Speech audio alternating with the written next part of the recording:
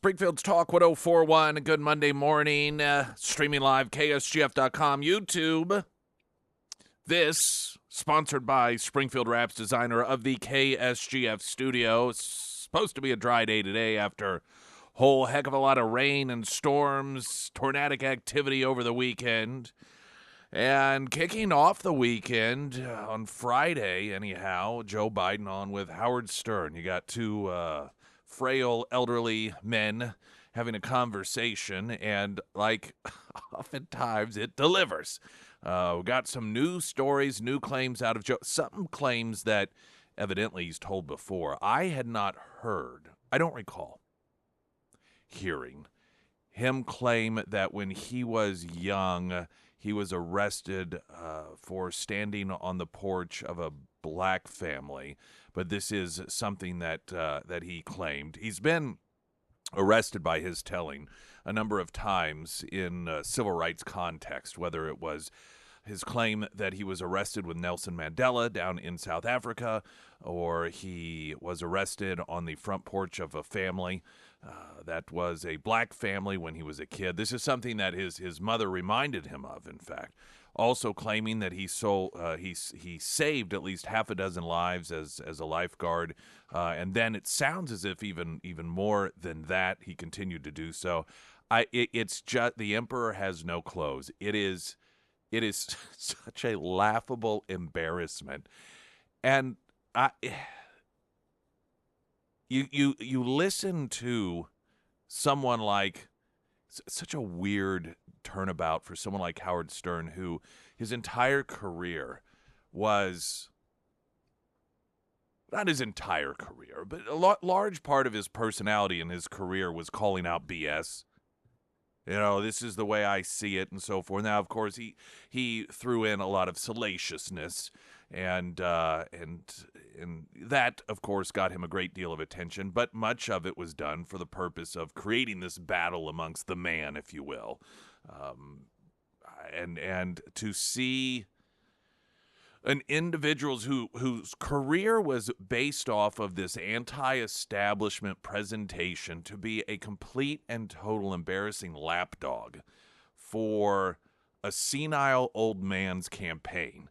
It's just a phenomenal thing to watch play out. We will play some of the audio for you as Biden's making these claims, and you listen to Howard Stern. He's like, really? That's amazing. You wonder, does he really believe this stuff? The left has managed to brainwash themselves to the degree that when you and I see and hear some of these exchanges, we think, well, they're playing along. They can't actually believe it. But it's amazing what even seemingly intelligent people can convince themselves of. So there is that. Of course, the latest on the campuses that we're seeing pop up, arrest Palestinian flags. I believe that the American flag at one point or one location on the campus of Harvard was removed. The Palestinian flag was put up there. And so we continue to see this segment of the population, which I think it was Alan Dershowitz had noted, that when you're talking about 23-year-old people, particularly men, and he didn't say it in so many words, but in our minds, we think of these individuals as rudderless, but ultimately harmless. I don't know, they don't have much else going on. They're just showing up with a bunch of their angry friends. It's something for them to do. It gives them the sense and feeling of some purpose. But when you look at the average age of terrorists, it's right around there, isn't it? This willingness to dismiss, while we recognize the anti-Semitism and this extremist wing within the Democrat Party, there, I believe, still is a failure to recognize what this means and this breeding ground for actual terrorism, whether it is another 9/11 style attack here in the United States or an October 7th style attack that we saw in Israel. In all honesty, to me, the odds of something like that not happening are getting smaller and smaller. It just almost seems inconceivable at this point when you see not just the hatred, but the unwillingness of the people who are in charge of these pockets of land across our country, university campuses mostly, to do anything, and much of that is because they are the same. Hey, Bill Maher was on his program on HBO, Real Time with Bill Maher, just reading quotes from professors at Columbia University, and they're anti-Semites. They openly referred to Jews as being the source of every single problem that exists in the world. This is where they're learning it. DEI, CRT, it begins before the college campuses. At this point, to believe that there is not going to be some sort of terrorist attack with the agitation that's going on, and not only the unwillingness, but the support. You have Ilhan Omar, a member of Congress that Republicans have attempted to censure because of her open anti-Semitism, but Democrats protect her all along the way, visiting the self-declared members of Hamas and giving them support on college campuses. This is a member of Congress who, of course, has openly declared her first loyalties are to Somalia. She is not somebody that is in Congress to represent the United States of America or the people who are U.S. citizens on behalf of the United States of America.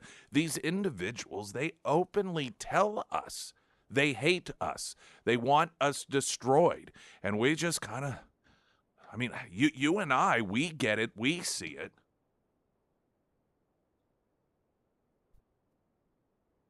There's a segment of the population, however, that I believe is unaware of the real-life implications of what we're watching play out in front of us.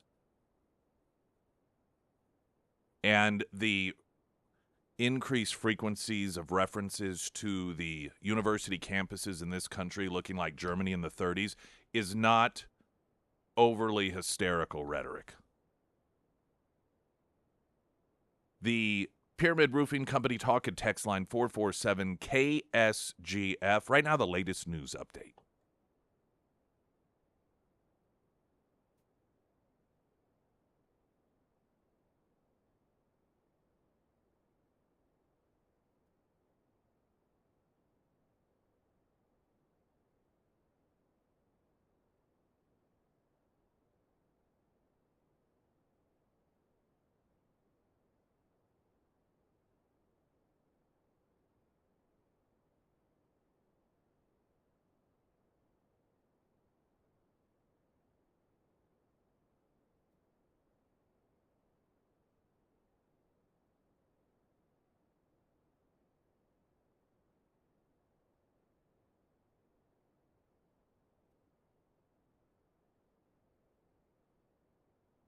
First Alert forecast sponsored by Wolfpack Cleaners, your residential and commercial cleaning professionals from Color 10. Fox 49 meteorologist Tom Schmidt. Partly cloudy, a high near 74 today, clear 54 tonight, sunny 81 tomorrow, Wednesday, much warmer, sunny, high near 85.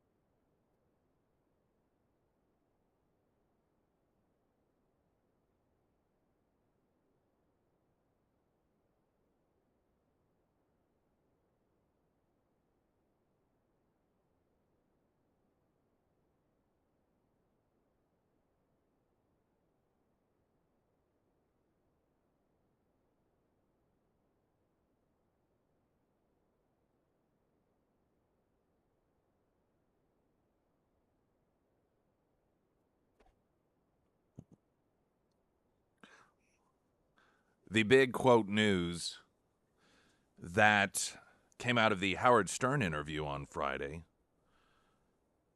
was that he'd be happy to debate Donald Trump. This is something that Stern asked. Now, generally speaking, questions are not going to be asked without permission, and Howard Stern is not the person that made Howard Stern Howard Stern. He's a lapdog of the establishment, left-wing establishment. Many people think that the whole COVID thing broke him. He just went a little bit crazy and nuts. He essentially became a hermit. And a lot of folks felt as if his show really went downhill because the fact of the matter is, if you're not in the same room with people, there is a chemistry that gets lost there. And, I don't know whether it was that or his age or what the situation was. But, and I don't even really know. It'd be interesting to see some sort of evaluation as to what his fan base is today versus what it was when he first got very, very popular.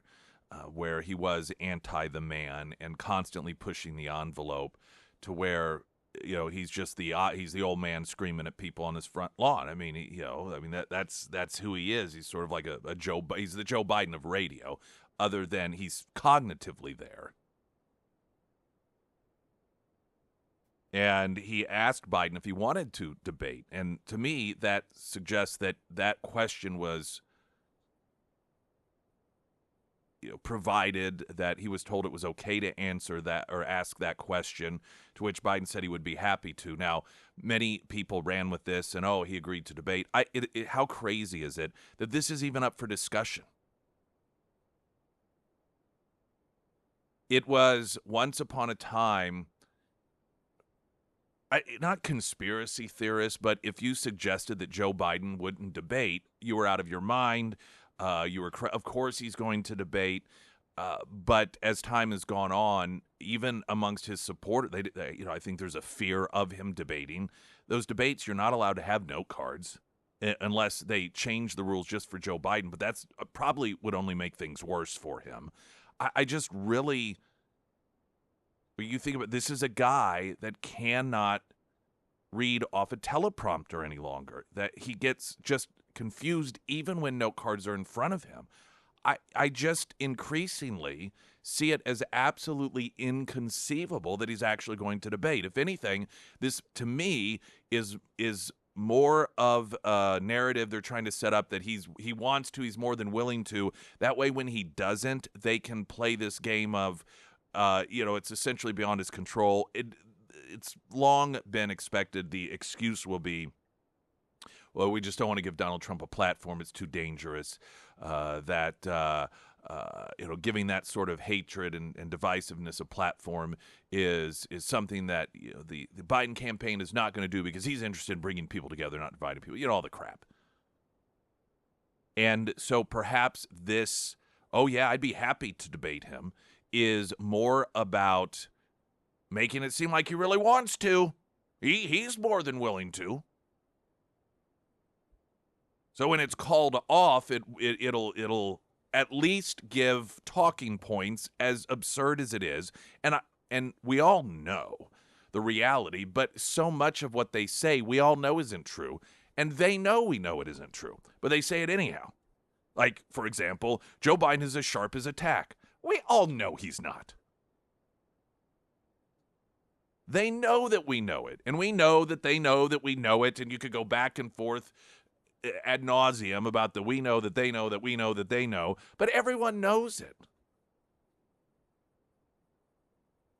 Everyone knows he's not physically fit. Everyone knows that he has been in great decline for some time, but they still, knowing that everyone knows that, pretend that he's not. So the theater of Joe Biden, Joe Biden wanted to debate. Joe Biden was the first one who said, I'd love to debate. He really wishes that he could. So I'm not putting too much stock in this announcement that he would be happy to debate.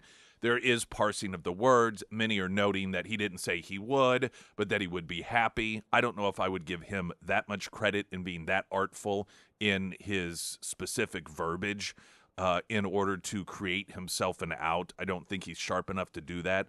I don't think he's sharp enough to remember to do that if he's told ahead of time, remember, say that you would be happy to debate. I cannot genuinely, when you watch even pre-prepared remarks that are kept down to 5 or 10 minutes on a good day, it's no, well, he made it through.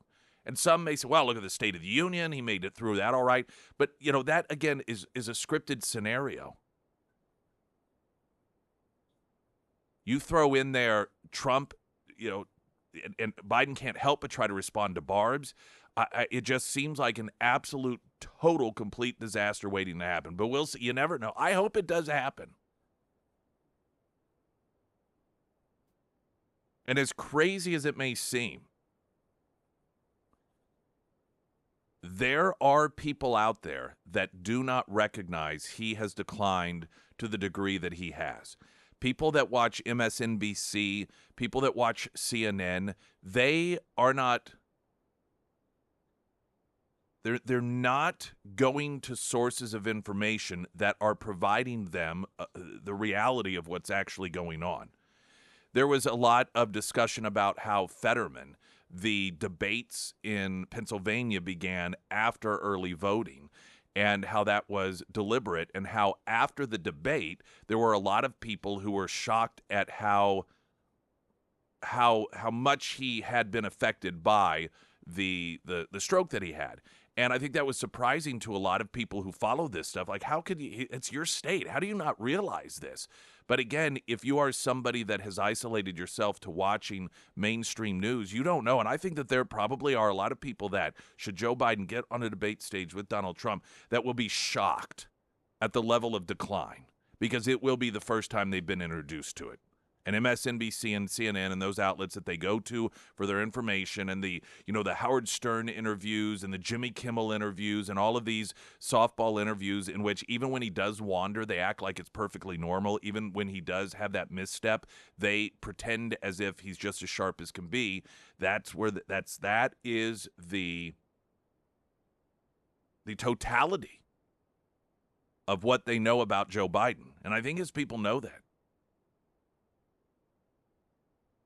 We've got some of his audio coming up. He, among other things, claimed that when he was a young U.S. senator, women would send him salacious photos. Well, yes, clearly. Springfield's Talk 104.1. I'm Nick Reed.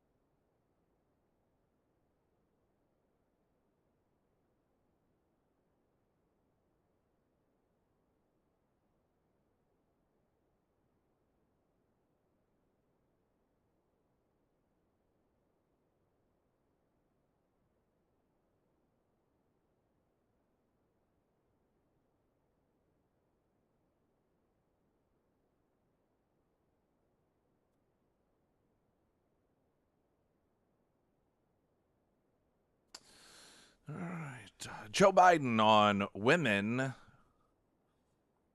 when he was a U.S. Senator this Friday on the Howard Stern Show. I got put in that 10 most eligible bachelor's list.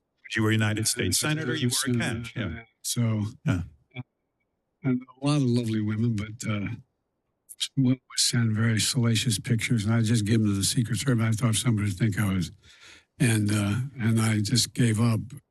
All right, so he does, again, he seems to be putting together pieces of fragmented sentences there towards the end, but the part that grabbed many people's attention, well, one, I don't know, maybe that was a thing during the day. A premature balding U.S. Senator in a small state, women just sending salacious photos. I don't know. I really don't think that You many you women don't think you don't throwing themselves at Joe Biden. you don't buy this story? No, I don't think so. I mean, maybe we should get a hold of Look up photos. Eric Schmidt, Josh Hawley, see if this is a thing that U.S. senators have to deal with. It could be. But he claims that he would turn these photos over to Secret Service. Well, the problem there, of course, is that U.S. senators don't get Secret Service protection. Like there would be no Secret Service for him. This was also, I suppose, this is sort of weird as well to even. The reason that he was an eligible bachelor is because his wife and one of his kids were killed in that car accident that he would falsely claim was the result of a drunk driving accident when he wasn't. Because hey, who doesn't try to, take a loved one's death and turn it into a fake story? Joe Biden tends to. It's like everyone in his family he can't just tell the truth about these people dying. It's such a weird. He just has to weave it into every tragedy. It really is sad when you look back at how long this guy has been telling lies. You wouldn't even know who you are. Everything that this guy tells, stories about his past, they're stories that are provably untrue. And you wonder, I think that there's a sense of peace and satisfaction in being confident in knowing who you are. That's a big thing for people. A lot of times when you're, well, not just young, but when somebody's having struggles, they just don't know who they are. They're like, I don't know what. There's sort of that searching to find a central anchor of yourself and who you are. And for your entire life, this guy has been making up stories his entire life. He got in trouble in college for plagiarizing and lied about college, lied about his placement in college, lied about being the first family in college. Every aspect of this guy's life is a lie, and I can't imagine emotionally looking back and I don't know, like, do you even know yourself? And knowing that nobody knows who you are. Maybe he fancies himself like Batman or something, where nobody knows who he really is. Nobody knows that he's. It really is a sad thing and you think how long the guy's been alive. Your entire life. Nothing is authentic. Even your wife's death and one of your adult son's death isn't authentic. He once again falsely implied that his son was killed in combat over the weekend. That's another great video. The audio isn't much to hear. We'll get this posted. I think the Gateway Pundit has video of this, and it's like a wounded war, or the writers, veteran writers, I think. And I don't know, they raise funds for wounded vets, something along those lines. And I think it was on the White House lawn. And he's speaking about this. And, of course, he claims that, he implies that his son was killed in combat. But at one point, it's a close-up shot. So you think, oh, he's talking. He's got the aviators on, the microphone, and he's talking to these people. And Jill literally comes over, turns him around, and points to the veterans he's supposed to be talking. It's like behind him. And he turns around and walks over to them. I don't even know who he was talking to, but he was clearly confused once again. But that was another instance in which he used his son's death to falsely imply something that just wasn't true. Get an update on the traffic, weather, and moments. I'm Nick Reed.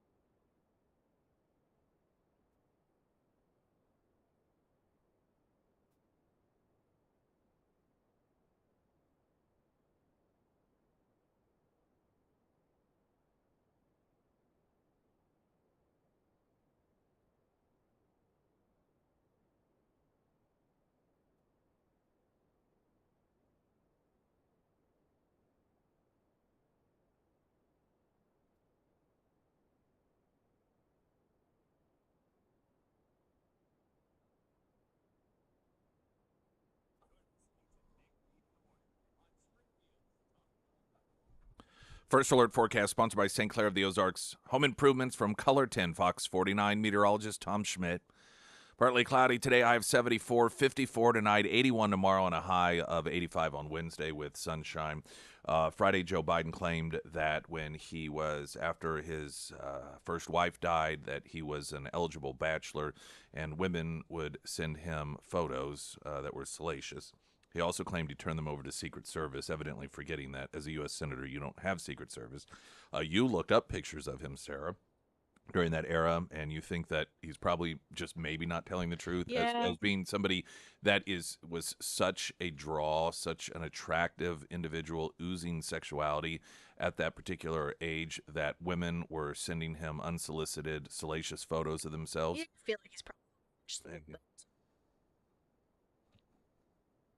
He does have a history of that. Some might claim that he has a history of not telling the truth. Here he is making another claim on the show with Howard Stern. This is this guy's been arrested a lot, Joe Biden, if you listen to his stories. And I looked at my mom. I said, honey, you haven't said anything. She said, Joey, remember, true story. She said, remember when they were desegregating Linfield, the neighborhood? There was 70 homes built at one suburbia. And I told you, and there was a black family moving in, and there was people who were down there protesting. I told you not to go down there, and you went down. Remember that? And you got arrested by standing on the porch with a black family. Right. And they brought you back, the police. And I said, yeah, Mom, I remember that. No, you don't. You do not remember that.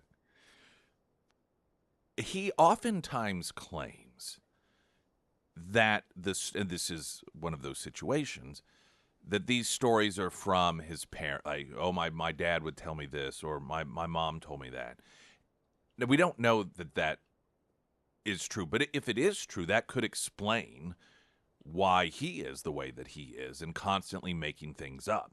If he was raised in a way in which his family was always making up stories, remember that time that you got arrested fighting for that black family?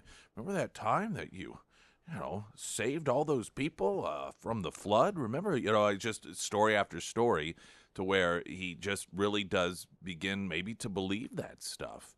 So that could very well be part of it. He, of course, has also famously claimed that he was arrested with Nelson Mandela in South Africa, which that also wasn't true. He has gone back and forth depending on the venue over time, from claiming that he was marching in the streets to other times claiming that he never marched in the streets, that he was just a white kid who was a lifeguard, and he lived in this suburbanite world, and so while he may have cared about these issues, he wasn't part of the civil rights movement in any way of protesting or marching. So he himself has contradicted his own words regarding this. He also talked about being a lifeguard to Howard Stern on Friday. Did you ever save anyone's life when you were a lifeguard? Was anyone ever drowning? Yeah. You did? Yeah. Well, half a dozen times. Usually just kids, but... You do the thing with the whistle and then jump in the bathing suit? And Listen to these two. No kidding. Yeah, there's a big pool. There were 7 lifeguard stands. Wow. See, that would define my... I would brag about that everywhere I went. Well, by the way... Probably will now. I did it up in Lake Ontario, too, when I was at law school. But look, one of the things that... Well, you saved a dude's life when you were in law school? You were still doing the lifeguard thing? Lifeguards, people just need help sometimes. It's not like it's so heroic. Yeah. What I've heard people talking about his claim that he saved 6 lives, but what has gotten missed is that he claims that also at Lake, wherever it was, he said that he continued past that, saving lives, people that were drowning in lakes and so forth. Howard Stern. I'd be bragging about that all the time. He probably will now that thought has been put in his mind. I believe that Joe Biden, when something like this organically occurs in a conversation, and I believe this is the first time he's made this claim, that he not only saved half a dozen lives at that one swimming pool, but then he went on to continue saving lives at whatever lake it was, he said. And so Howard Stern asks him this question, probably just, I wonder if you ever say, well, yeah, half a dozen. You can't say once, right? Half a dozen times. Oh, and then after I was done working there, I still continue to say, because, it's just what you do. Sometimes people need help. Sometimes people are drowning. Sometimes their lungs are filled with water and they're flailing around, and, it's just what Joe Biden does. Joe Biden just jumps in and he saves them. Just what you do. Now that's in his head. And I think that's how his head works. And I think now Joe Biden, that is his reality. This is what has happened. And so he could very well have saved more lives from drowning than, certainly most people. I don't know on average how many, especially swimming pool. You've got your lifeguards on beaches. I would think at the ocean or in a large lake, you probably have a greater likelihood of needing to save someone's life as opposed to a swimming pool with 7 lifeguards, in which we do know much of his time was preoccupied with black kids playing with his leg hairs, because he's talked about that, and of course fighting off corn pop in the parking lot after pool hours were closed with that chain of his. These are a very storied life Joe Biden leads. Springfield's Talk 104.1. I'm Nick Reed.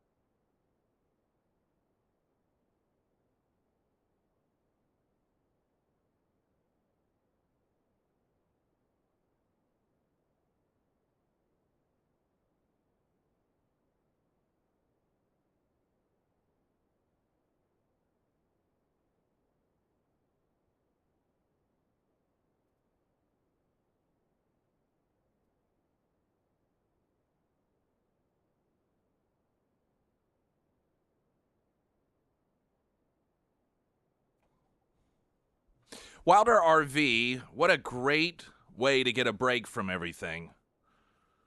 Sometimes you just got to get away, and with all the noise, and this is a great place to come and find out what is going on in the world. But I think most people, you just have to have that emotional break. You got to get away from it all, and having an RV is your key to doing that anywhere throughout the country or even outside of the country, if you'd so like. And we have just a little over an hour north in Clinton, Missouri, Wilder RV.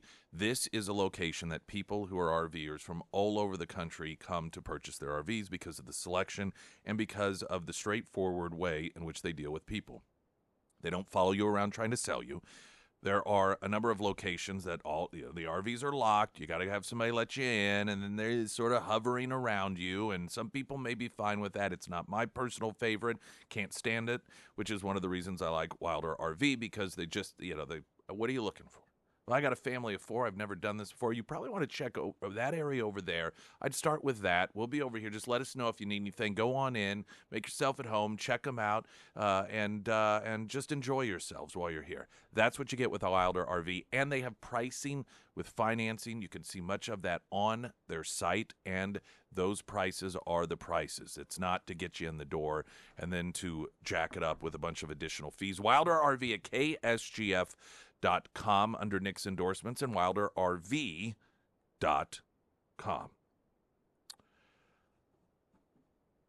So you were looking on Reddit, and you found some people that claim they were lifeguard. One guy said he saved 14 lives. Was that the ocean, or was that a swimming pool? I think he was at the ocean. Oh, yeah, I would think that. So Joe Biden was asked by Howard Stern. Howard Stern's like, "You ever save a life as lifeguard?" He's like, "Oh yeah, half a dozen." And he goes, "Well, and then after that, I saved some lives at a lake, and he's just saving lives left and right." I would think that if you were a lifeguard and you worked at an ocean, you probably would. You would have more incidents of needing to jump in and save people for a number of reasons. One, obviously the waves, and you get the undercurrents, but also because it's so at times sparsely, you could just be out there and not have anyone close enough to even hear you or to really see you. But for the lifeguard that's up there trying to monitor things, that seems to be a scenario in which you would be much more likely to have a potential drowning. What would be funny about if Joe Biden's telling the truth and he did save 6 lives is that and maybe I'm wrong. I don't know that he's ever made this claim before. And Howard Stern notes, well, I'd be bragging about that all the time. Would that not be funny if Joe Biden actually did save 6 lives, and he's now, of all the lies he tells to make himself sound bigger, this is like an actual truth he never told? Well, that's what happens when you lie all the time. He's so busy making up stories. Too busy driving truck. Too busy driving trucks and hitting home runs out of Major League Baseball parks and growing up in Puerto Rican neighborhoods and going to all-black colleges and getting arrested with Nelson Mandela. And you just go down the list of things that he's done. He failed to recognize that saving 6 lives is actually a pretty cool thing that you could talk about. But I still suspect that there's no truth to it. I can't believe that guy got hired as a lifeguard. I mean, I suppose he was younger then. Did you find the video of him speaking to the wounded warriors? Yes. We'll get that up. There's no point really playing the audio because the point of this is the visual. And this was actually Wednesday. And he was talking, or he thought he was talking to wounded warriors, and he had his back to them. Now, this isn't, when I describe that, this isn't, Joe Biden is at a podium talking to an audience, and he is backdropped by the individuals that he is honoring. That's a different scenario. He is on a stage, and he walks over, and you could see he's speaking to people. And Jill Biden she walks over to him and then stands there for a minute and then turns him around physically a bit and points to the people he's supposed to be talking to. And then so he has to do a 180-degree turn and then walk over to them. And then the Washington Examiner has a piece, Gatekeepers, Why Biden Isn't Walking Alone Across the White House Lawn Anymore. The president's team, growing so concerned of videos of Biden awkwardly shuffling across the White House lawn to Marine One, may highlight his age and health, according to several Biden aides speaking with Axios. Now he walks with a team that surrounds him. The other people both distract and cover up some angles of the cameras. The change in routine was reportedly Biden's idea. The president told aides he wanted to have the opportunity to be less formal with them and invited them to walk with him on the way to Marine One. So that's the cover story. Well, of course. That's perfectly believable, right? So they're not surrounding him because they're afraid he's going to trip, because they're afraid he's going to fall, because he looks old. It's because Joe Biden was like, you know what, guys? We just don't have enough informal time together. So what I'd really like from now on, when I'm walking within the view of cameras, if you would form a little sort of circle around me, so we could have more informal conversations. That makes perfect sense, doesn't it? This, again, as I noted earlier, is this ridiculous the emperor has no clothes situation in which they just make up things that they know we don't believe, but we all just play along with it anyhow. White House official said weeks ago the president mentioned to aides that he preferred a less formal approach and said they should walk with him. Since April 16th, he's been accompanied by aides or lawmakers 9 out of the 10 times that he made the walk. While the aides have tended to accompany Biden more often than not in recent weeks, it's not clear whether the president is intentionally using them as a shield. Biden will often walk out ahead of the aides, giving cameras and journalists an unobstructed view of his cadence. Biden's gait is the result of health problems, according to doctors. Aside from walking alongside others, aides have taken a variety of other measures to assist the perception of Biden's health. Incidents where he has tripped and stumbled have led his team to take precautions such as wearing Hoka sneakers and increased support. Biden also takes shorter stairs up to Air Force One. Springfield's Talk 104.1. I'm Nick Reed.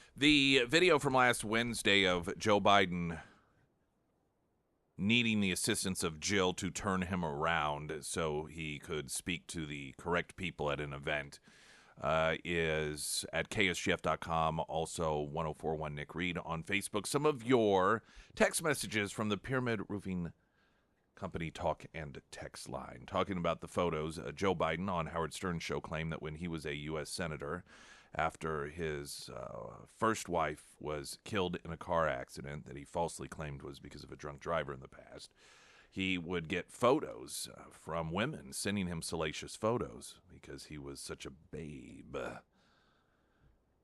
Many of you noting that, these would be actual photos, not digital, so they would have to send these through the mail. One noting they would have to take the photos with an old-timey camera and have them developed in a dark room and then mailed on horseback, This is true. Another saying, what year was he getting these pictures? 1922? Wouldn't he be getting pictures through the mail? Probably to an assistant that would open them before he got the photos himself. In terms of his claims that he has saved numerous people from drowning, he probably was on the Titanic, saved several lives prior to getting in a lifeboat himself. That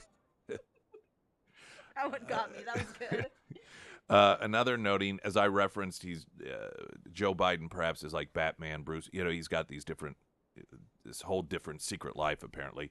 If Joe Biden were Batman, he'd fly into a ceiling fan. I think this is the same person that last week said if he was a bird, he'd fly into a ceiling fan. Let's see.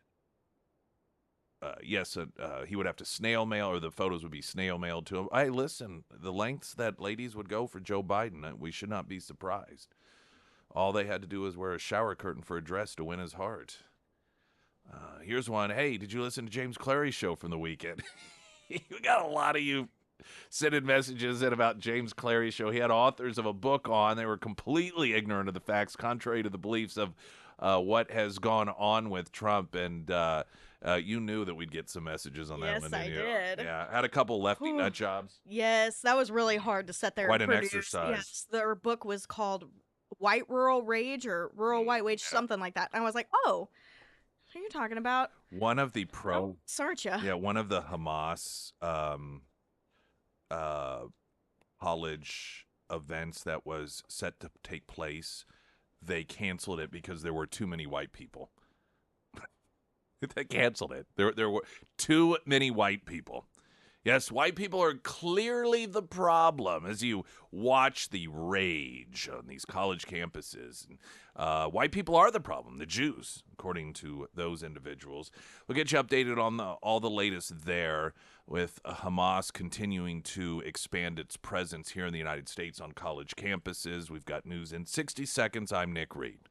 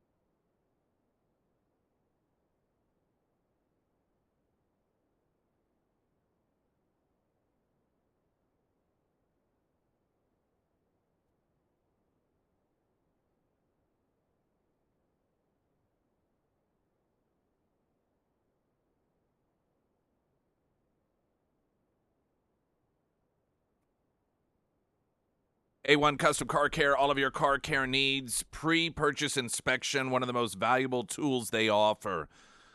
If you are purchasing a pre-owned vehicle, regardless of who owned it, it'd be family members, trusted individuals who have kept up with routine maintenance, you still need to have that pre-purchase inspection done so they can get in there and really find out what needs to be done, what doesn't need to be done, where you're in good shape. You want to know exactly what you're buying. It's one of the smartest moves you can make before you purchase a pre-owned vehicle, and that is A1 Custom Car Care. This is beyond car. This is going to find you stuff that is not in Carfax. This is not your standard, I've got to get the government approved inspection. This is elbows deep, taking things apart, getting in there, looking at exactly what is going on. A1 Custom Car Care for all of those car care needs, including that pre-purchase inspection. There was the annual White House Correspondents' Dinner Saturday, and of course, I am not sure there is anything that illustrates to a greater degree the difference between this administration and the rest of us. These uber wealthy individuals who can afford the economic policies of Joe Biden. These are the elites. It is pretty surreal, and again, very instructive as these individuals were walking in their $1,000+ dresses and $1,000+ purses they're clutching as they're walking in past Hamas supporting individuals screaming slogans at them, and it is a scene from Hunger Games where you have the rich elites that just walk past, the peons, whether they're absurd peons or non-absurd peons. They just live in a totally and completely different world, and they're all up there mocking the average person.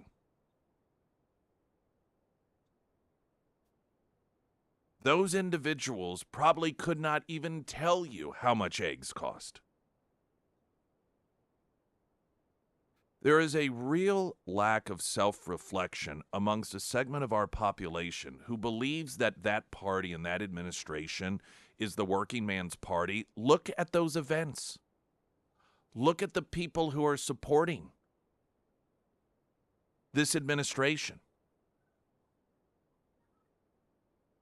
It was a big gush fest. This wasn't what traditionally the White House Correspondents' Dinner was, in which everybody kind of got together, and then whomever the president was got poked fun at. Of course, Donald Trump's not president, but they could not help.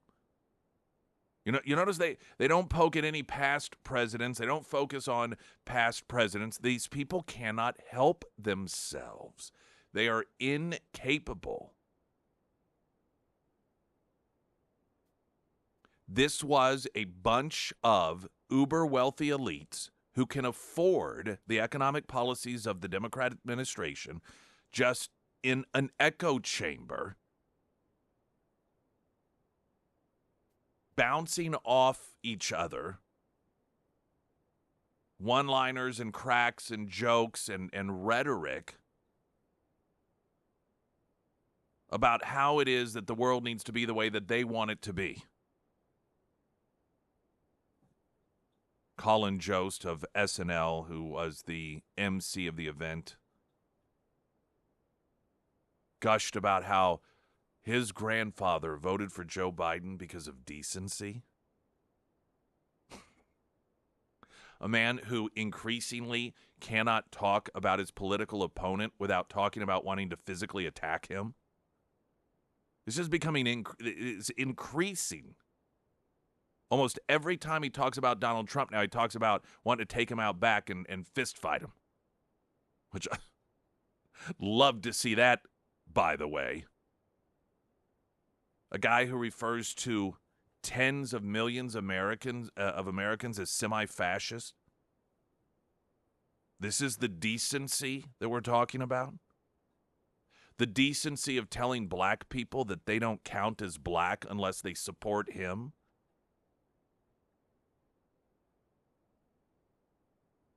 This is the decency we are seeing within the Hamas wing of the Democrat Party on college campuses all across this country, calling for the death of Jews and the death of America. That's the decency that put Joe Biden in the White House? That's the decency that we get with Joe Biden?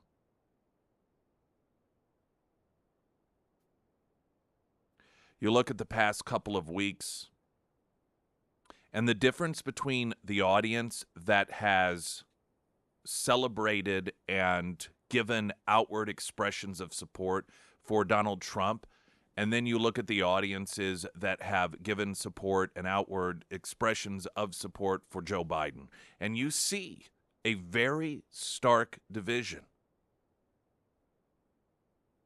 Donald Trump, families from black neighborhoods at a Chick-fil-A, construction workers in New York City, police officers, blue-collar workers, everywhere Joe Biden goes. 1%er, rich elites. Whether it was the fundraiser that was hosted by Stephen Colbert with former President Clinton and former President Obama and the 1%ers, or at the White House Correspondents' Dinner, where they all sit around and talk about how desperately they need Joe Biden to stay in the White House. That is two very, very stark support bases. And I often wonder if people who were raised as Democrats because Democrats were for the working class individual, while Republicans were for the rich and the elites, if there ever is a moment of self-reflection and a recognition that those days are long gone.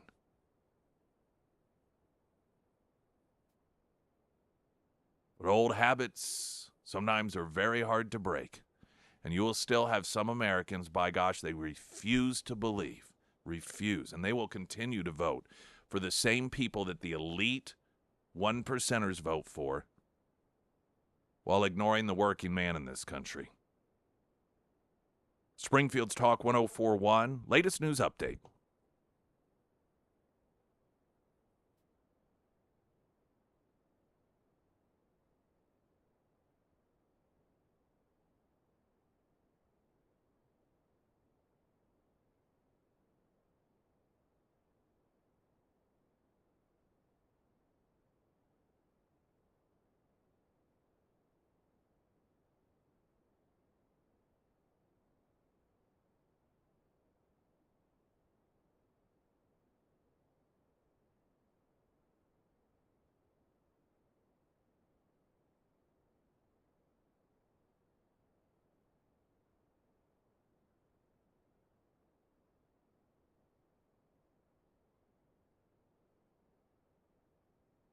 First Alert Forecast, sponsored by Wolfpack Cleaners, your residential and commercial cleaning professionals. From Color 10, Fox 49, meteorologist Tom Schmidt. Partly cloudy, a high near 74 today, 54 tonight, tomorrow. Sunny, high near 81. Wednesday, mostly sunny, a high near 85. Friday, we do have happy hour at Retro Metro. Love for you to come by, join us as we hang out, have food, have drinks at Retro Metro. Come and go as you please between 4 and 6 this Friday.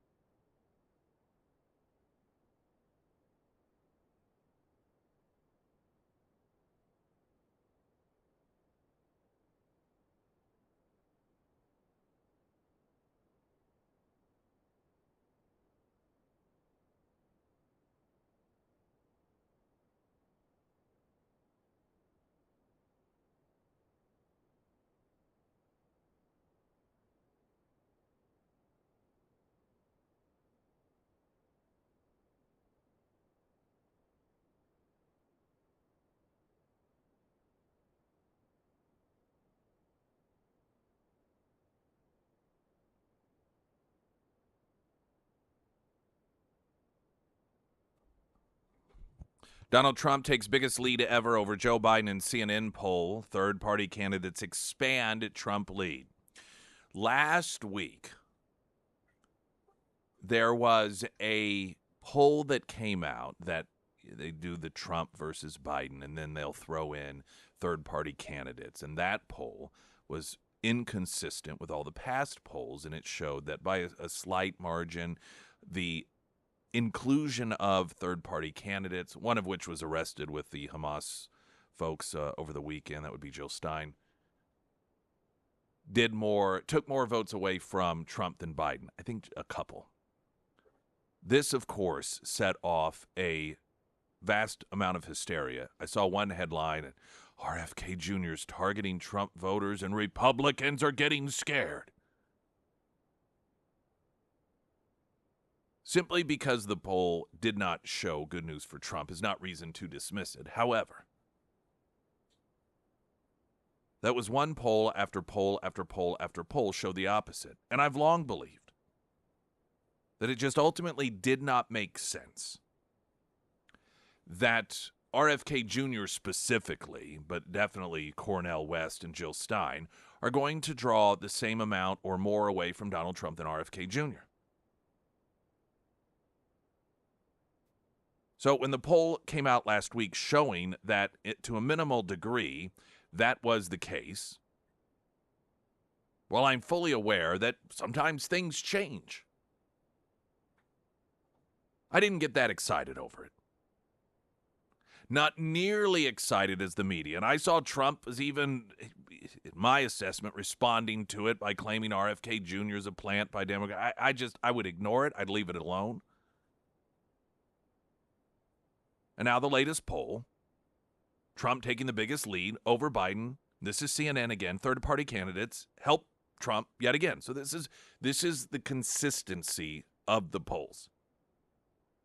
Former President Donald Trump has opened his biggest lead ever captured in the CNN poll of the American electorate, enjoying a 6-point advantage over incumbent Democrat President Joe Biden. Trump at 49% is 6% ahead of Biden's 43% when the two are polled head-to-head. When third-party candidates like RFK Jr., Dr. Jill Stein, and Cornel West are added into the field, Trump's lead over Biden grows to nearly double digits. In that multi-candidate scenario, Trump is at 42%, Biden is down to 33%. Kennedy, 16%, West at 4%, Stein at 3%. That is a 9% lead for Trump nationally, an astonishing number that, if true, would signal the former president is on track to an electoral college romp of Biden. The CNN SSRS poll was conducted from April 18th to the 23rd, surveyed 1,212 American adults, including 967 registered voters. Now, these are not likely voters. Likely voters are going to be your most accurate. Then from there, you have registered voters, and then from there, just average. I don't even know why they bother polling people who aren't even registered. To me, it doesn't make any sense, but nonetheless, they do it. CNN, in its story about the poll, found most Americans look back on Trump's presidency positively and look at Biden's presidency negatively. CNN's Jennifer Agesta wrote that, quote, in the coming rematch, opinions about the first term of each man vying for his second 4 years in the White House now appear to work in Trump's favor. And most Americans saying that, looking back, Trump's term as president was a success. Again, this is a CNN poll, which has really got a sting. While most Americans looking back say Trump's term as president was a success, a broad majority say Biden's so far has been a failure. Looking back, 55% of Americans say that Trump was the success, only 44% saying a failure. In January of 2021, the poll taken just before Trump left office, the day after the January 6th attacks, 55 said it was a failure. So as time goes on and as people get a taste of the grass on the other side of the fence, and they're seeing that it ain't as green, an increasing number of people are looking back fondly and saying, I guess things weren't that bad after all. And then it goes through his Biden's approval rating on key issues. And, of course, I mean, they're very, very bad in the 20s and lower 30s on everything from the economy to the border and just about everything else that he touches. And so, again, while there was, and listen, anything can happen, anything can change. But that poll last week in which the left and the media got all excited because there was a poll that showed with third-party candidates in there, minimally it took more away from Trump than Biden. That was one poll that was inconsistent with previous polls, and the latest CNN poll shows what all the others do. Now, that doesn't mean everybody sit back, relax, everything's going to be okay. That being said, incidentally, there's yet another story of RFK Jr.'s campaign essentially begging for Secret Service protection, but still being refused. This time, the Washington Examiner piece. That next. I'm Nick Reed.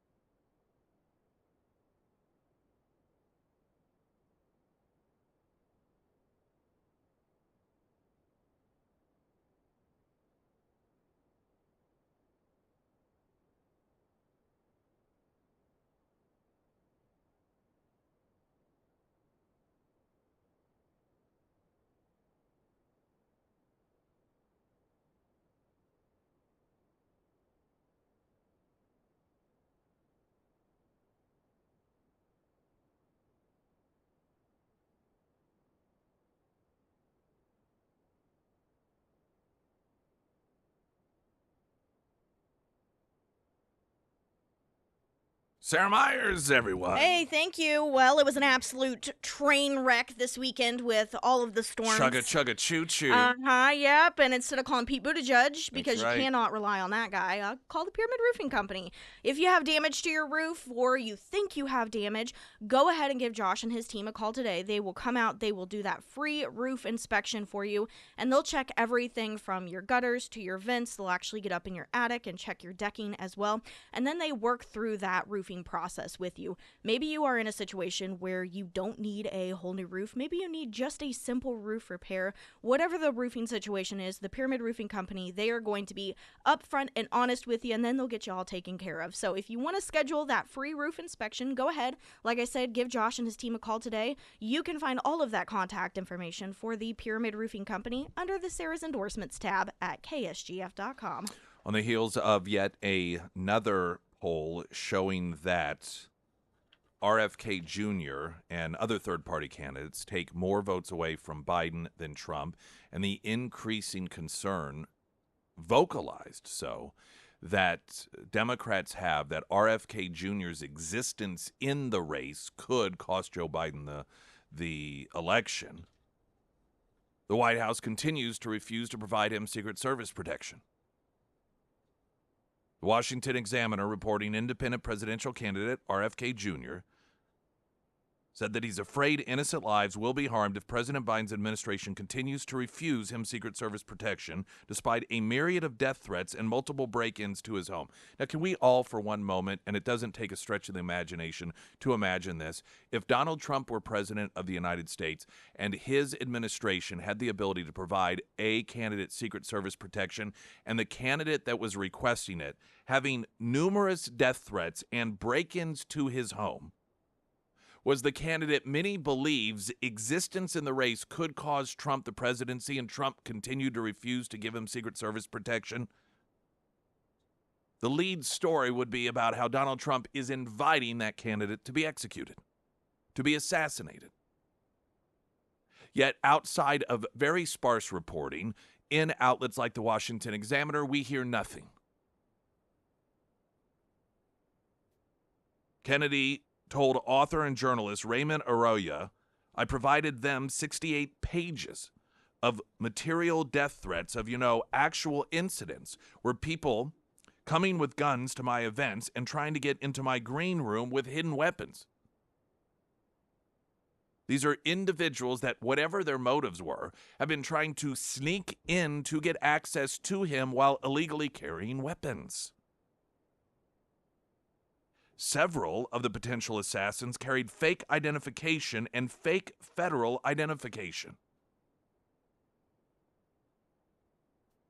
Kennedy has also suffered multiple break-ins to his home, which included a near miss that could have harmed his family, he said. I think 4 break-ins at my house since I announced my run, including one intruder who got to the 2nd floor while my family was there. Were you even aware of this?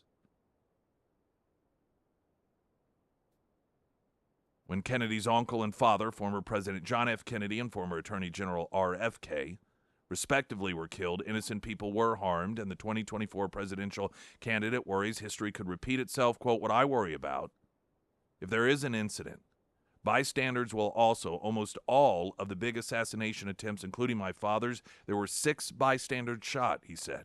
My uncle, President Kennedy, had several bystanders shot. In all of these incidents, you get people who are caught in the crossfire, and it's important to have Secret Service protection to discourage these things from happening. Emails released in February showed the Secret Service was ordered to ignore Kennedy's request for security. There's only one reason.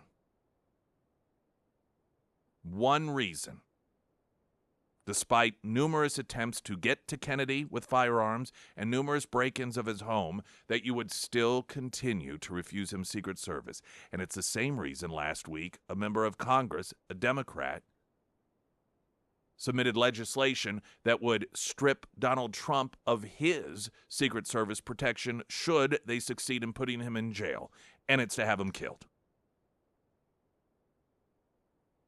I'd be more than willing to entertain any other rationale for making such moves. I don't think they can say it's to save money, because we aren't dealing with a lot of fiscally responsible individuals. Springfield's Talk 104.1, I'm Nick Reed.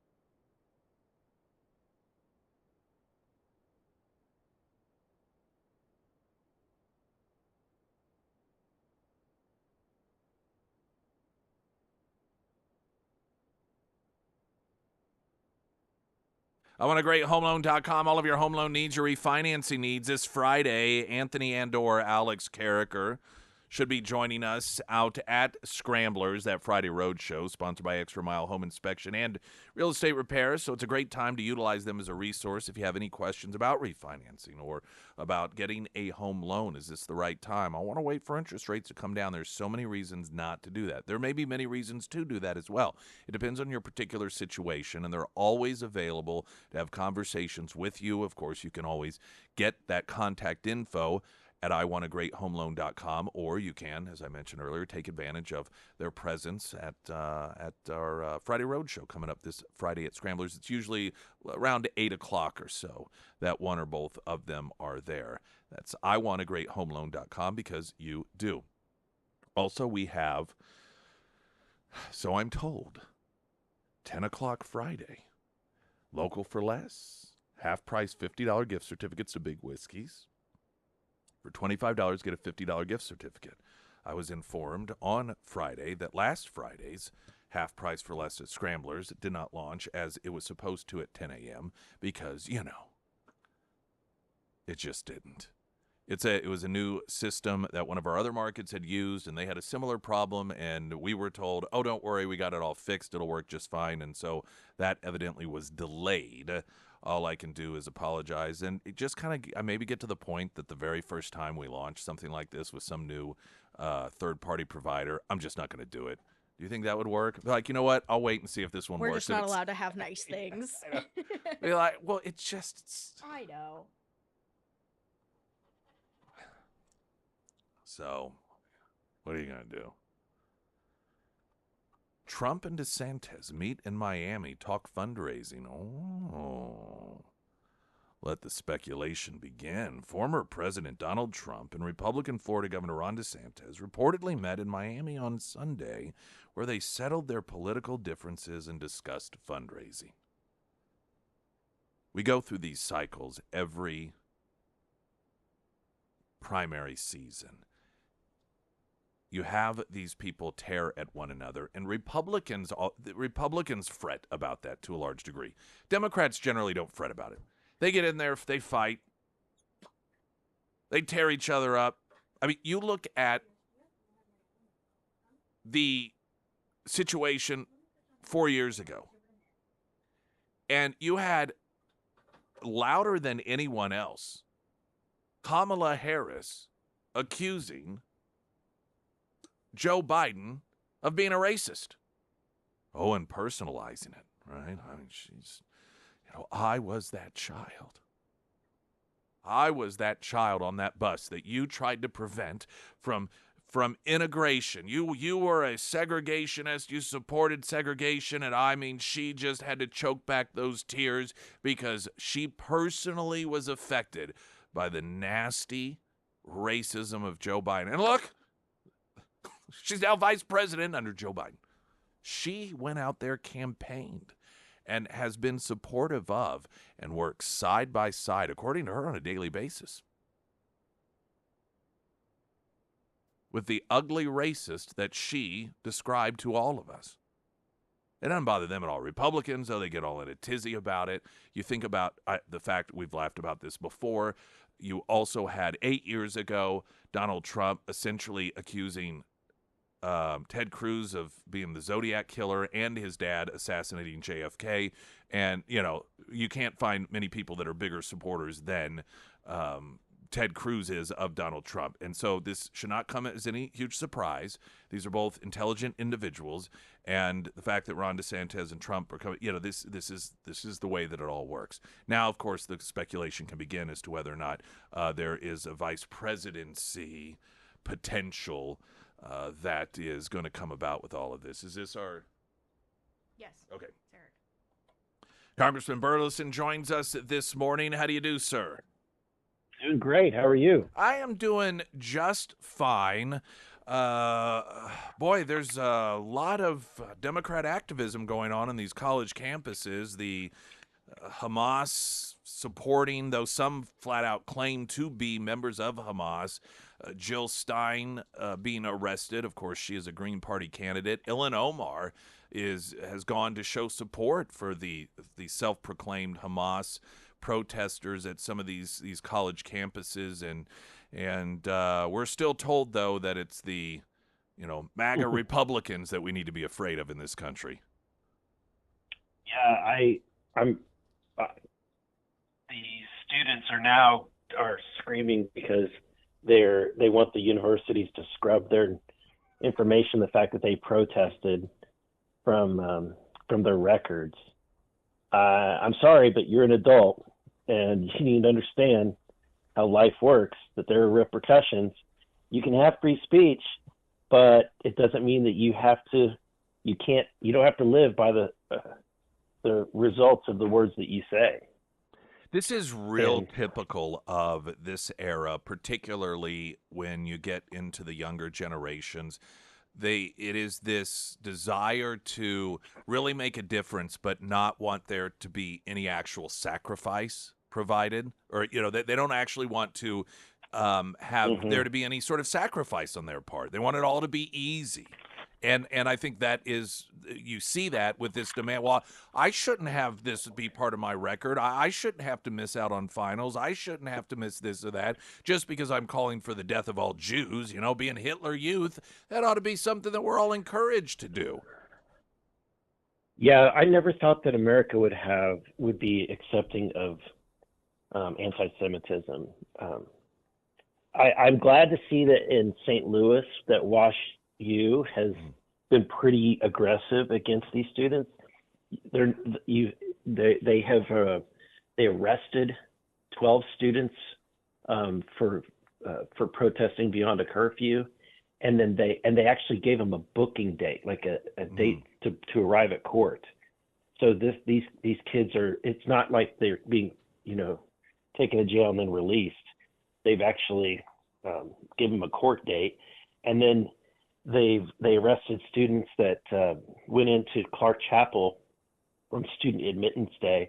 And so while I'm not saying that Wash U is a bastion of conservatism, it's good to at least see that there's one campus that's part of the kind of like considered Ivy League, and that's Missouri. And thank goodness that they're willing to at least shut it down in one campus.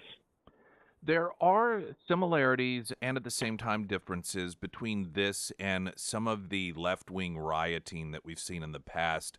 Black Lives Matter often gets spoken of, and there were people that were killed as a result of that, and the targeting of law enforcement by many of the left-wing activists, to the point, we even had Kamala Harris fundraising to try to get them out so they could get back out on the streets.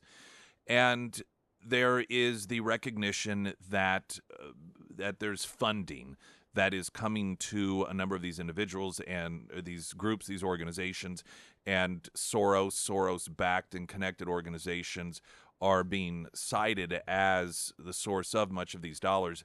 But what I think that people need, I just want to get your thoughts on this. I don't think that people should mistakenly, in my assessment, because there is funding coming from nefarious sources, believe that this hatred is artificial. I do believe that you're always going to have young rabble-rousers that are upset and angry, and they're just more than willing to come along and join a protest to break things and scream about things. And you'll see that when one of the viral videos that went around, some student on one of the campuses being asked what she was protesting. She didn't even know. I saw that video. And so you're always going to have that. But what my concern is that all of this will be thrown into that bucket. That because there are dollars that are flowing in some capacity to, I don't know exactly what those dollars are doing, whether they're busing people in or buying the tents. And while there are young people who, when you ask them, what are you protesting, they don't actually know. The core element of this is a hatred, and it's a hatred that is coming from oftentimes people from other countries, and some within our own countries who have been trained to see oppressors and oppressed. And so it's something that is deeply ingrained. And my point is, I don't believe that this is a sort of thing that is completely manufactured. I believe that there is a core hatred that is there that does not just go away on its own, because it's who these people are. And then you have fuel being thrown on that fire by outsiders and dollars flowing in from interests. Your thoughts on that? Yeah, that's a good. You've got me reflecting here. Like, if you think about it, like, we get frustrated at. We have in the past gotten frustrated at protesters who are, climate protesters. Right. They might be, occupying a street or things like that, or people that want to save the whales and then they stop fishing, things like that. That's one thing. It's an entirely different thing to say, kill the Jews. Yeah. That's an entirely different thing. Wipe them off the planet from the river to the sea. And I think that to your point, somebody is at the core of this, stirring, causing this, and they're issuing a lot of misinformation, a lot of propaganda in order to justify this hatred of Israel, and hatred of Jews as a result. And to say that Zionism is in and of itself some form of evil is really an anti-biblical message. You're basically saying that God was wrong when he said that this land is to belong to the descendants of Abraham. That's fundamentally what Zionism is. Like, Abraham was basically the first Zionist, and when you are saying that that's some form of wrong, and you've convinced students all over the United States, then it's to your point, it's a completely different act, and I think it's inexcusable, and I don't think it's acceptable in America. We're talking with Congressman Burleson. Look at the fundamental changes that have taken place, not just in the United States, but everyone's place in this world. And during the Trump years, we saw Iran was really, really on the brink of economic collapse, and there were the beginnings of empowerment, particularly amongst younger people, in which they were starting to feel more emboldened to protest, and that was a great thing to see, that sort of defiance.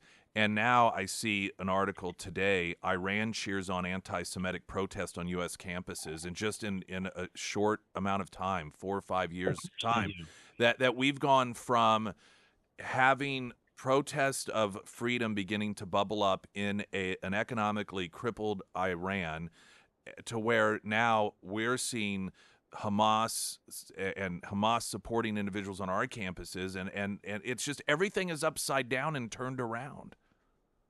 Yeah, they're doing a good job, and maybe beating us at our own game, because there was an article that was written about this topic by a journalist back in 2018, I think, and they had infiltrated Hamas and basically uncovered that the goal was to take what the West was doing to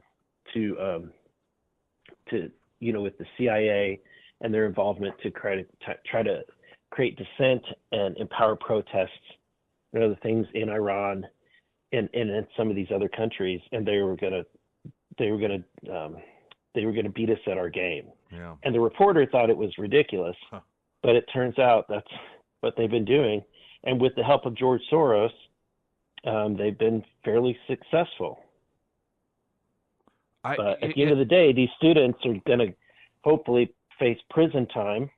Their records will be marked, and hopefully employers and others will see them for what they this hate for what it is. That's it's the expression FAFO, Nick.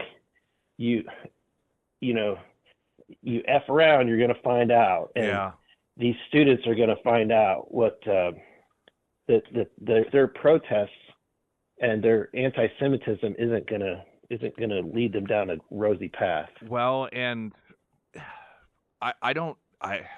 I don't know. I think some of that depends on the next election.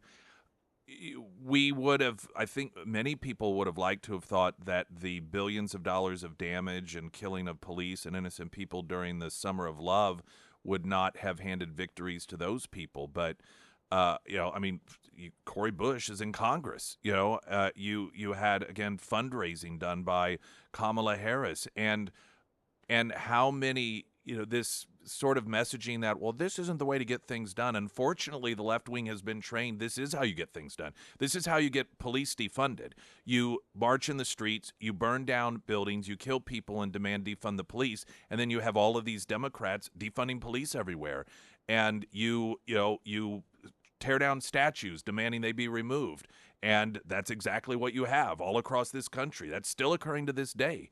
And unfortunately, the left has been trained over the last several years to, if you riot, whatever you call for, we will try and get that done for you. And I don't think that messaging is lost on some of these individuals. Yeah, you may be right, Nick. I hope I'm not. But I hope you're not, and I hope that I think that there's a lot of employers that are paying attention when it comes to student applications. Yeah. I hope that people who are listening to this, if you're an employer, you should be looking and consider thinking twice. I mean, do you really want a student or an employee who has the temperament to go and do the things that they did or do on these campuses? And I just this concept that these students want to have their records scrubbed. They also want their student loans erased, and they want all this. They basically, it's this non-acceptance of any responsibility whatsoever, and it can't continue. Congressman Burleson with us. Anything else before we let you go that people need to be aware of on the radar? Of course, there's been obviously a lot of warranted attention paid to these riots on the university campuses and in some streets as well. But anything that we're missing? I think that we're probably going to you'll see some bills be expressed about this that aren't going to go anywhere. I think the rest of the year, after the appropriations were passed and after this, the supplemental and the FISA reauthorization, after all of that, I think the rest of the year is going to be a bunch of talking point bills that won't actually pass the Senate, won't go to the president's desk. So whatever, when you see the Republican Party, and I hope that we turn things around over in the next election, we get some more people that want to save America within the party. But at the end of the day, there's going to be a lot of messaging bills between now and the election. Congressman Burleson, it's always a pleasure, sir. Appreciate your time. Thank you, Nick. Have a good one. Springfield's Talk 104.1, the Pyramid Roofing Company Talk and Text line 447 KSGF. I'm Nick Reed.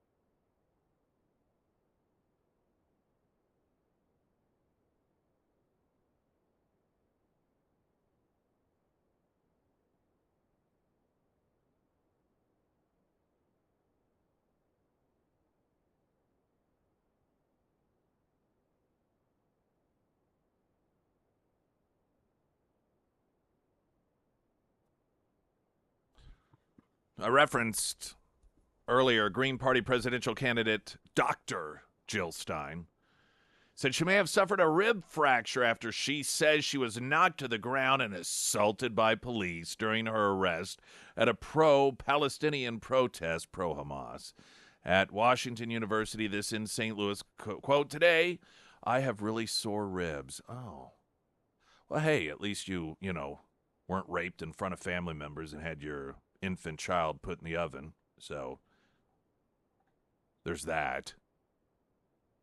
She said, today I have really sore ribs. I'm going to the emergency room to see whether I have a rib fracture because they were using their bikes as a weapon.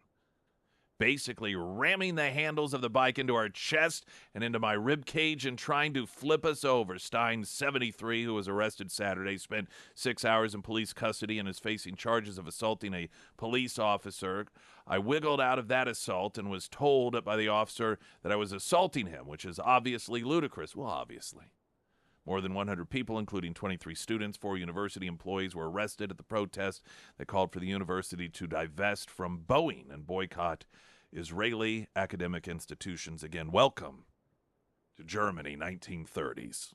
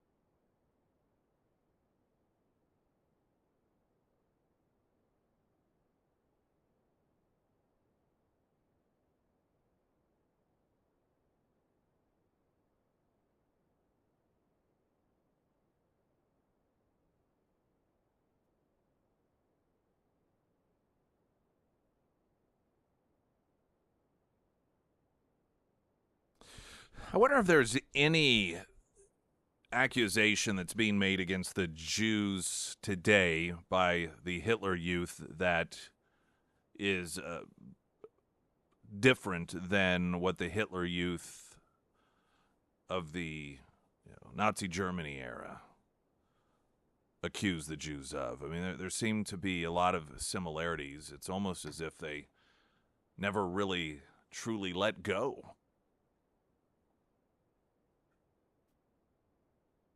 of all of the. You've got a bit of a convergence here regarding never forget, we'll never forget, we'll never forget. And two of the largest, I'd say 9/11 and the Holocaust. I mean, those were two of the big, that we won't ever take our eye off the ball again. And the existence of the United Nations was largely built upon this idea of making sure that nothing so horrific would ever happen again. 9/11 Commission. We're just never going to take our eye off the ball again. And here we've got those two right here. You've got terrorists, self-proclaimed terrorists in our country openly. In addition to calling for the elimination of the Jews, calling for the elimination of our country. And those two never forget, seem to have been forgotten. And of all places, on university campuses, the places that are supposed to be about learning. News in 60 seconds.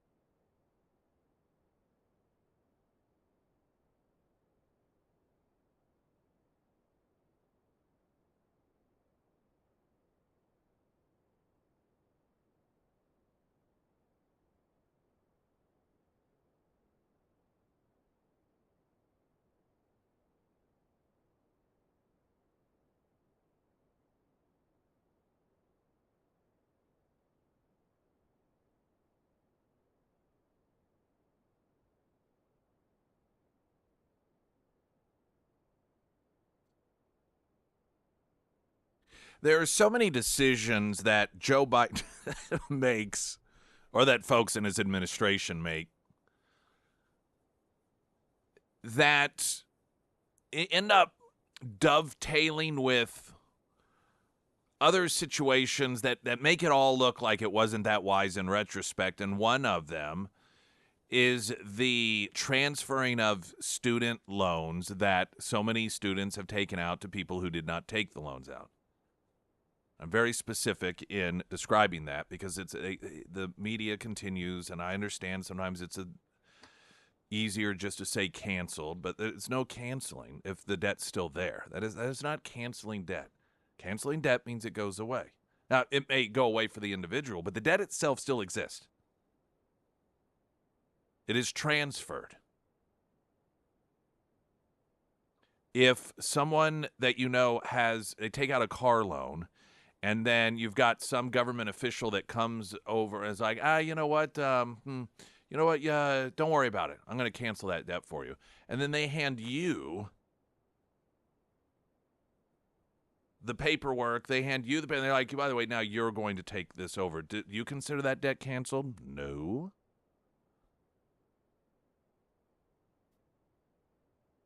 In our minds, though, we think, well, how do the college students are described as, young, enthusiastic individuals. This is going to give them a chance to get out there and start life, not being in debt. And then what do we see on full display on the students on these university campuses? Clearly,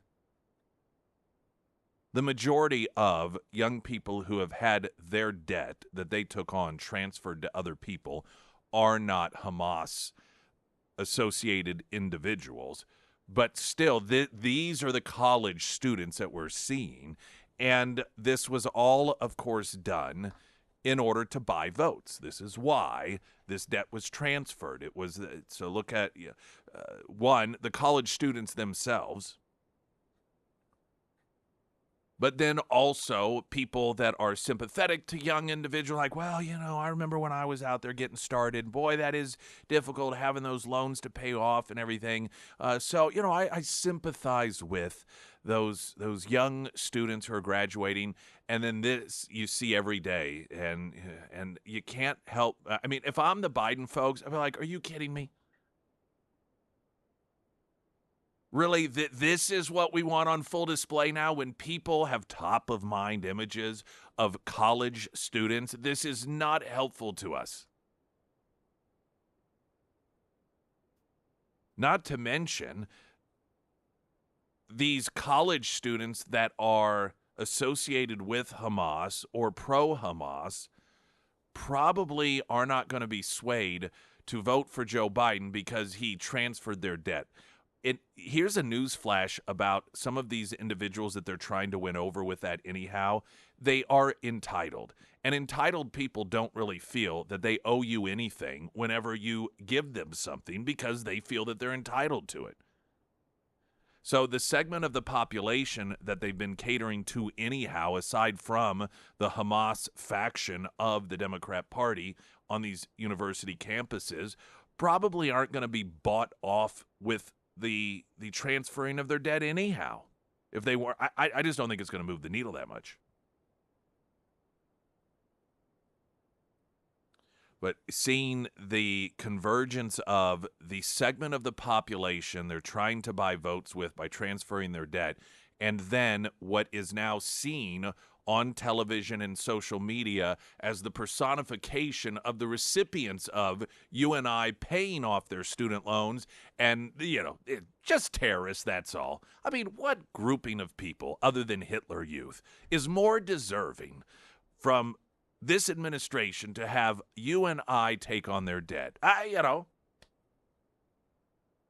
Another brilliant move by the Biden administration. Latest news update.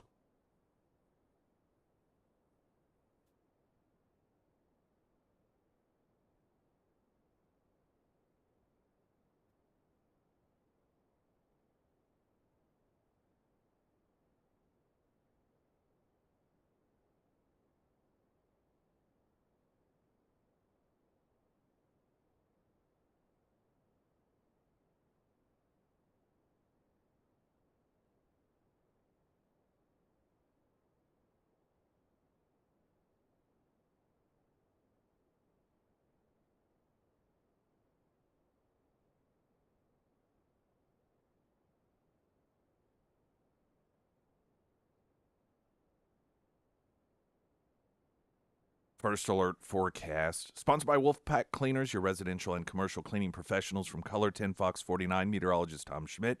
Partly cloudy today, high of 74. Clear 54 tonight, sunny 81 tomorrow. Wednesday, mostly sunny with a high near 85. In fact, if I'm any sort of organization that was fundamentally opposed to the transferring, in violation of the Supreme Court opinion, the transferring of, you can think of the ads you could put together, these college student loans. The Supreme Court tells Joe Biden, you can't do this. What grouping of people does the Biden administration find worthy enough of violating an opinion by the Supreme Court? Which amongst us citizens is so deserving that Biden would violate a Supreme Court finding in order to force you to pay for their student loans? And then I would show all of these Hamas-supporting individuals with their Palestinian flags, burning the stars and stripes, and attacking Jewish students. Like that is the segment of this population. A traffic update, I'm Nick Reed.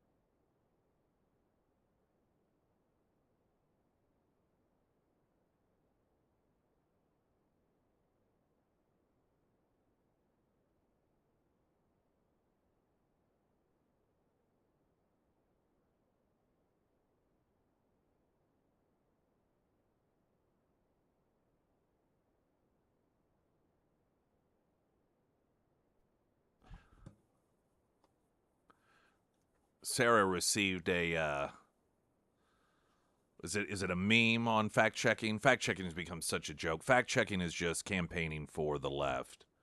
This was Jared that sent this to you, is that it's right? pretty good. So it's got Joe Biden, and he looks like he's angry man screaming. Yeah. And it says, fact checkers be like, he didn't say that, and if he did, he didn't mean it, and if he did, you don't understand it, and if you did, it's not a big deal, and if it is, well, it's taken out of context, and if it wasn't, others have done it, and if they haven't, at least the mean orange man is gone. Yeah, I mean, that is it.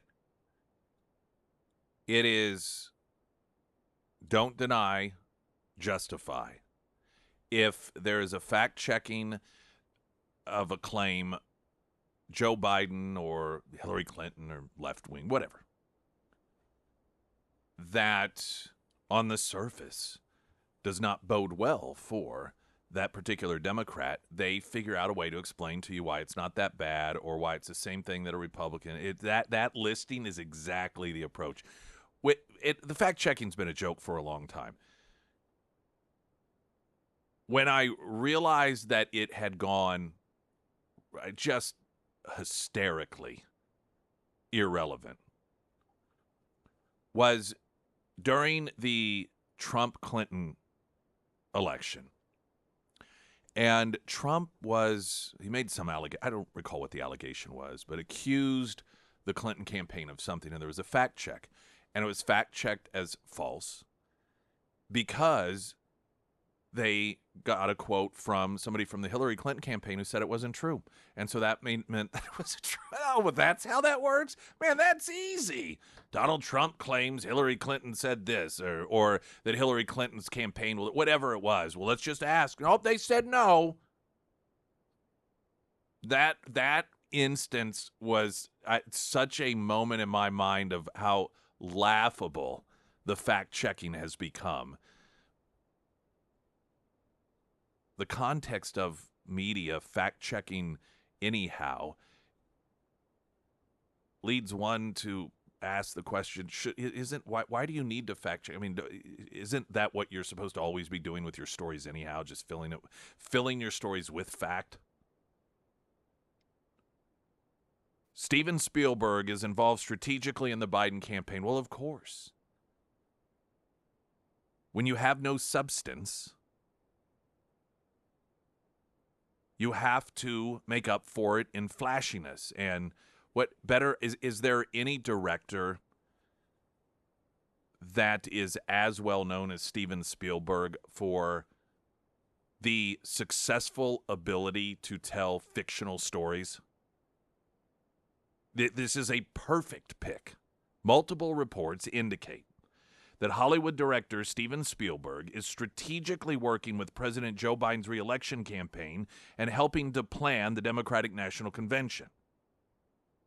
Puck News' Matt Belloni was the first to report Spielberg has been quietly but actively working with Joe Biden's campaign to help choreograph August's Democrat National Convention in Chicago, as his colleague Dylan Byers pointed out in a post on X.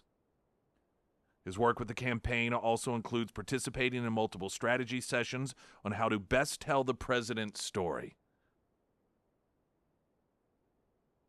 I mean, if there's anyone that's great at making up stories, this could be quite a partnership. The report was confirmed by Deadline and The Hollywood Reporter Friday afternoon, with the reporter's Zoe G. Phillips writing Spielberg is, quote, joining the Biden campaign, and Deadline's Dominic Pattern noting that he will be, quote, involved strategically in both the campaign and the convention. So here, once again, you have an exceedingly wealthy one-percenter whose day-to-day life is not impacted by the policies of Joe Biden. If you've noticed, economically speaking, the people that are the biggest supporter of Joe Biden when it comes to really getting out there, doing what they can to help, are people who are so rich. It does not matter what the price of gas is. It does not matter what inflation does. These are people that don't even ever see their own money. They have people handle it for them. This is not the first time Spielberg will be helping a Democrat or his first time having a hand in a convention. Puck also reported Spielberg helped with the 2020 convention held virtually at the height of COVID-19. The director does not currently have plans to create a film portion for the summer's event, though he did produce a film for President Obama's campaign in 2008.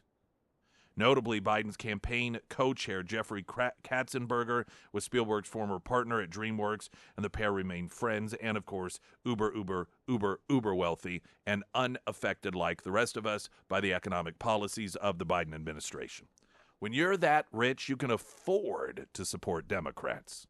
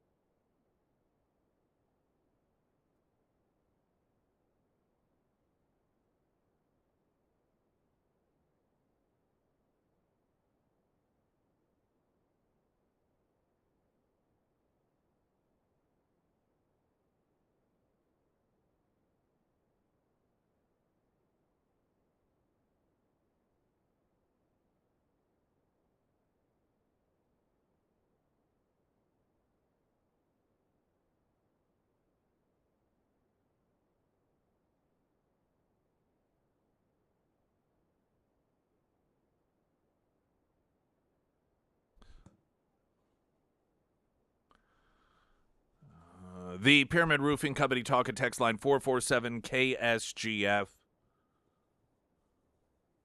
What am I missing? One of the text messages says, how can a Jewish person support this administration? We've talked about this before, and the difference between being religiously Jewish versus Jewish as a nationality or an ethnicity. And this is something that Mark Levin has talked about as well. Yeah, there are numerous articles even where Steven Spielberg is concerned about the rising of anti-Semitism in this country. And it's mind-boggling for thoughtful individuals. It's very clear. It's very clear. It's not even denied that the Biden administration is concerned, or the campaign/administration is very, very concerned about upsetting the anti-Semitic wing of the party, particularly when it comes to a state like Michigan, for electoral purposes. And that is why they are not treating the increasingly emboldened anti-Semitism as it should be treated. When you then find out people like Steven Spielberg, who have grave concerns about that, are doing everything they can to try and reelect the people who are fostering these conditions, it makes one smack one's head. It is just absolutely crazy. It's crazy.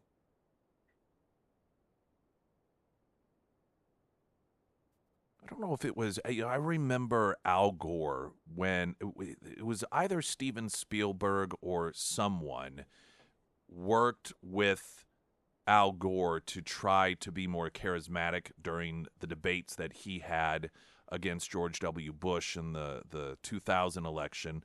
One of you who texted in noted that you had all of these folks from CBS, the people from the entertainment industry, try and produce the January 6th committee hearings in a way that would be flashy and have a lot of sizzle, where there wasn't much stake in order to grab attention. This is what they do.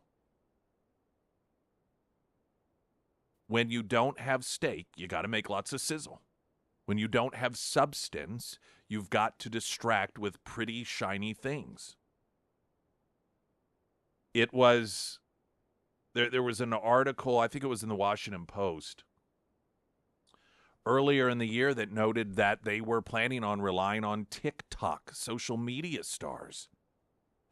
There was I've got time to play this audio. The OnlyFans content creator Farah Khalidi was doing a podcast with political science researcher Richard Hanane, and it got to the issue of talking about her paying student loans and how it was that she got to the point where she was getting ready to go to law school, and that utilizing her presence on a number of these different apps, TikTok being one of them, was helping her pay for school. By the time I graduated college from like the Biden administration and Planned Parenthood and like dating apps and stuff, so it was like fully financially, sustaining. So you were getting, the Biden administration was buying ads from you? Yeah, I was doing full on political propaganda. And they would really? With like what kind of, like, Biden created 10 million jobs this year? Honestly. And the funny thing is, they're like, do not disclose this is an ad, because, they're like, technically it's not a product, so you don't have to disclose it's an ad. Because I think they just wanted like some edgy girl of color to just tell people, like when they nominated like Ketanji Brown Jackson, they're like, can you say like as a person of color, that you feel reflected? And it's like a white woman emailing this to me, and she's like giving me this script, and I'm like, no. And she's like, please. And I'm like, no, I'll like talk about the news of it, but I'm not gonna be like, I'm not gonna have a white person tell me to be like, this is how I feel as a person of color. Like, it's just so, I think that blackpilled me slightly on like, political propaganda So stuff. the Biden administration sees, here's this young, yeah, I mean, they use like a conduit. It's not like, you know what I mean? It's not Biden, but it's like a third party. You know what I mean? It's like a media company that's doing it on his behalf. I'm not blaming him for this. Yeah. And the message is like, because you're a dark-skinned woman, you will be inspired by Ketanji Brown Jackson and all the kids should support her. Yeah, they're like basically as like another black person, just say that like you feel reflected by Ketanji. I'm like, no, I'll talk about like Ketanji's background and her accomplishments, but like I never, Yeah. you know what I mean? Like I'm not gonna say like the corny stuff. Even if it was a brown person emailing it to me, I'm like, no, that's not like how I feel. Like I don't look at like Ketanji and feel like, wow. Yeah. Yeah. See, yeah. Perhaps one of the more interesting parts of that is the revelation that she was told not to reveal that this was paid advertising. You know, there have been social media celebrities, I believe the Kardashians and some others, that came under legal scrutiny because they were online promoting products and not giving the disclaimer that it was paid for. And, you know, here, of course, government's different and lefties are different. Biden is a product. What is also really sad about this exchange is here you have this OnlyFans content creator acknowledging that she was paid in order to provide political propaganda for the Biden campaign, the Biden White House, and told to conceal those payments. But how she was almost indignant that this is a culture of individuals and people that's filled with white people telling a person of color what she needs to post, and she seems indignant about it. But this isn't going to stop her from voting for that same culture of people. In fact, she even says, well, I don't blame Biden for this. The reason that people of color or people in certain categories, LGBTQ plus, whatever it is,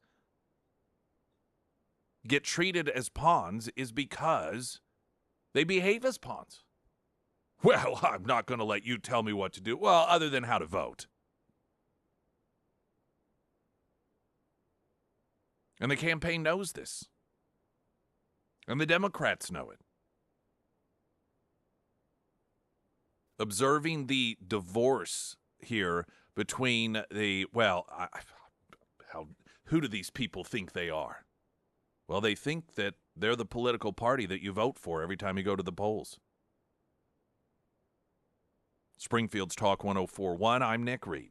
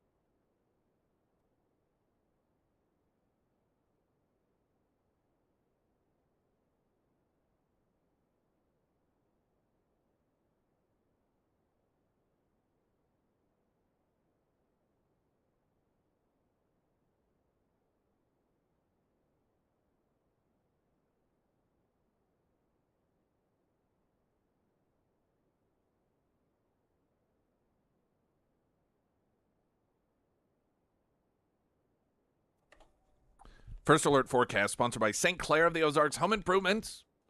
From Color 10 Fox 49, meteorologist Tom Schmidt. Partly cloudy day today, high of 74. 54 tonight for low, sunny 81 tomorrow, mostly sunny, high near 85 tomorrow. Do you know what you missed this morning? What? Maybe you know this. I've seen numerous social media posts and also received text of a full rainbow circle around the sun this morning. Have you not seen any of those postings? Yeah. My wife texted me about it, and then I saw a number of different posts. People took pictures, and it's full rainbow circle around the sun this morning. Sad. I would have went out and taken photos of it if I would. Didn't know. Sarah Myers. Hey, that's me. Quick Draw Gun in Monette. They are constantly updating and adding to their shop so they can better serve you. In the last month, Brad and his team, they've added, I think, like 5 new names around the shop, and they just received a brand new shipment of Benelli firearms. So if that is a name that you have been wanting to add to your firearm collection, you can now find it at Quick Draw Gun. And they have a ton of fresh used inventory around the shop as well. Highly recommend taking a trip down there to check them out. The shop, it's really easy to find. It's just a straight shot down 60, about an hour away. And of course, they do also have a great selection of holsters, accessories, concealed carry purses from a ladies out there, and they offer custom laser engraving and Cerakoting services as well. Now, if you are looking for a specific firearm, or maybe you just have questions, go ahead and give Brad and his team a call today. You can find all of that contact information for Quick Draw Gun and Monette under the Sarah's Endorsements tab at ksgf.com. KY3 had a story. 35 people became U.S. citizens during naturalization ceremony as part of the Missouri Cherry Blossom Festival. This was Friday. 35 people became citizens of the United States of America. Happened at Marshfield High School, part of the Missouri Cherry Blossom Festival. People from 20 countries, including Australia, India, Moldova, Nepal, Vietnam, all became U.S. citizens. Valerie Forsyth, one of the new U.S. citizens, said, "Since it took 9 years, I really feel relief. Finally, I'm done. It's great. It's an accomplishment in a way. I'm glad to be done with that." Many guest speakers were there, including the president of the Cherry Blossom Festival, some Missouri lawmakers. I share this story because this, again, demonstrates that there is a pathway to citizenship. I feel compelled to note this because every time there is a discussion regarding illegal immigration, there are bipartisan calls for the need to have a pathway to citizenship. There is one. In Marshfield, on Friday, 35 people crossed that finish line. Now, one individual here noted that it took 9 years. Of course, I'm not sure why there is at times an apparent variation in times is across the spectrum here. Of course, Pyramid Roofing Company sponsored we did the sort of helping Katie study to become a U.S. citizen, and I don't know how long it was that she actually... I think it was like 4 or 5 years. Yeah, and how much of that is waiting versus how much of it is, between the test and so forth. And hey, it's government.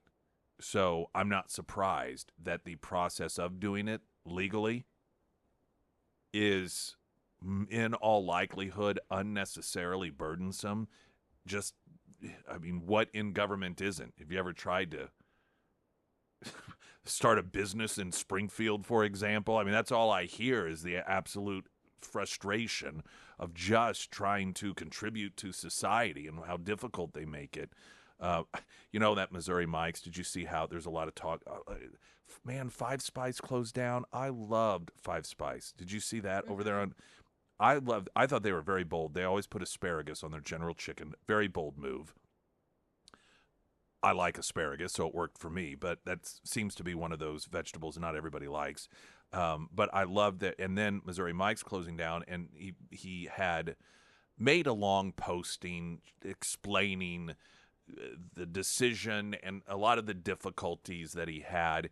And I thought it was just typical. There was an offhand reference in the timeline about just the atrocious difficulties he had in dealing with the city when it came to, starting up the food truck. I thought, well, that sounds about typical.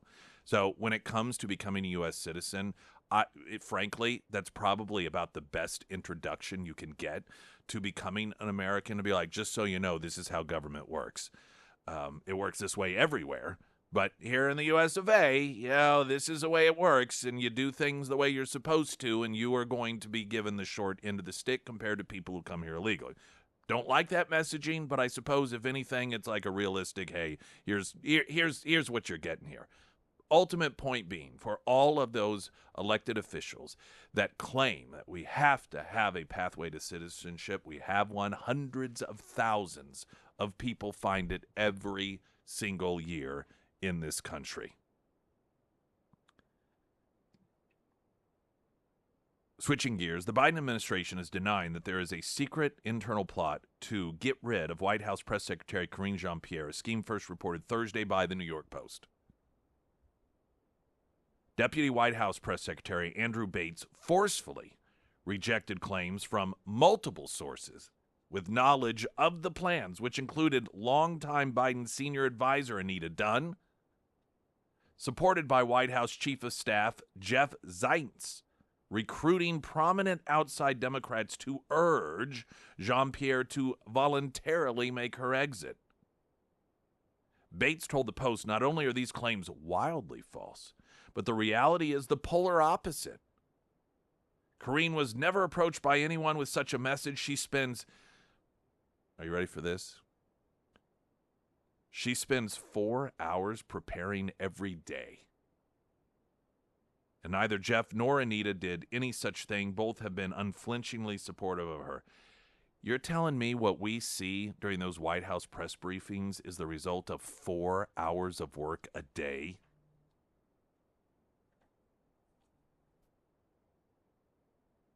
It already is patently obvious that she's not good at that job. When you find out, however, that what you observe, what we observe from that podium, where she flips through a binder and she just sometimes reads word for word. Listen, it's been noted that every press secretary has a binder. Yes. Generally speaking, it is a binder to perhaps reference details involved in answering a certain question that may be just in order to get things accurate. You got a question about Ukraine and wanting to know about certain dollars here or there, how many of this and that, and the types of missiles that are so forth. And you're like, you know what, I'm going to flip over here. Oh, okay. Yeah. And so you're, on the details that may not be top of mind. But she reads through word for word oftentimes, and not very well at that. The sorts of answers that need not be written down for the average person. 4 hours of prep that she is doing every day before she gets out there and puts on full display what we're treated to on a daily basis.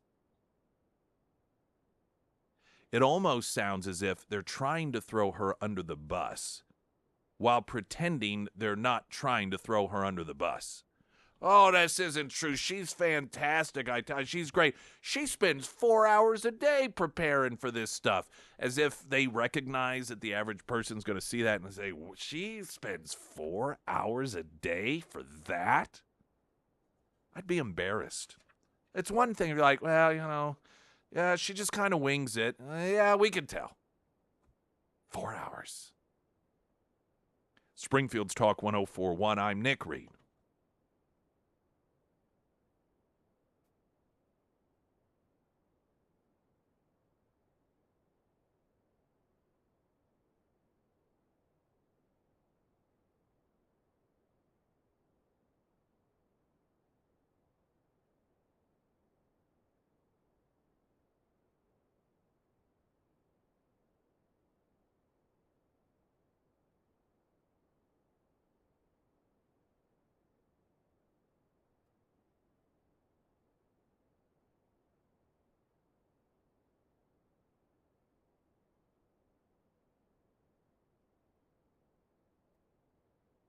Emily Johnson, House Theory Realty, for all of your home buying needs, your home selling needs, doing both at the same time. Friday, she joined us talking about one of the properties that is out there, and some of the different verbiage, and I believe that it was I forgot what terminology that she used. It was pending, or point being is oftentimes a purchase is contingent upon a sale. So you may have put an offer in on a home, or someone else may have put an offer in on a home, but it's contingent upon you being able to sell your home within 30 days so that you're able to cover it, right, financially speaking.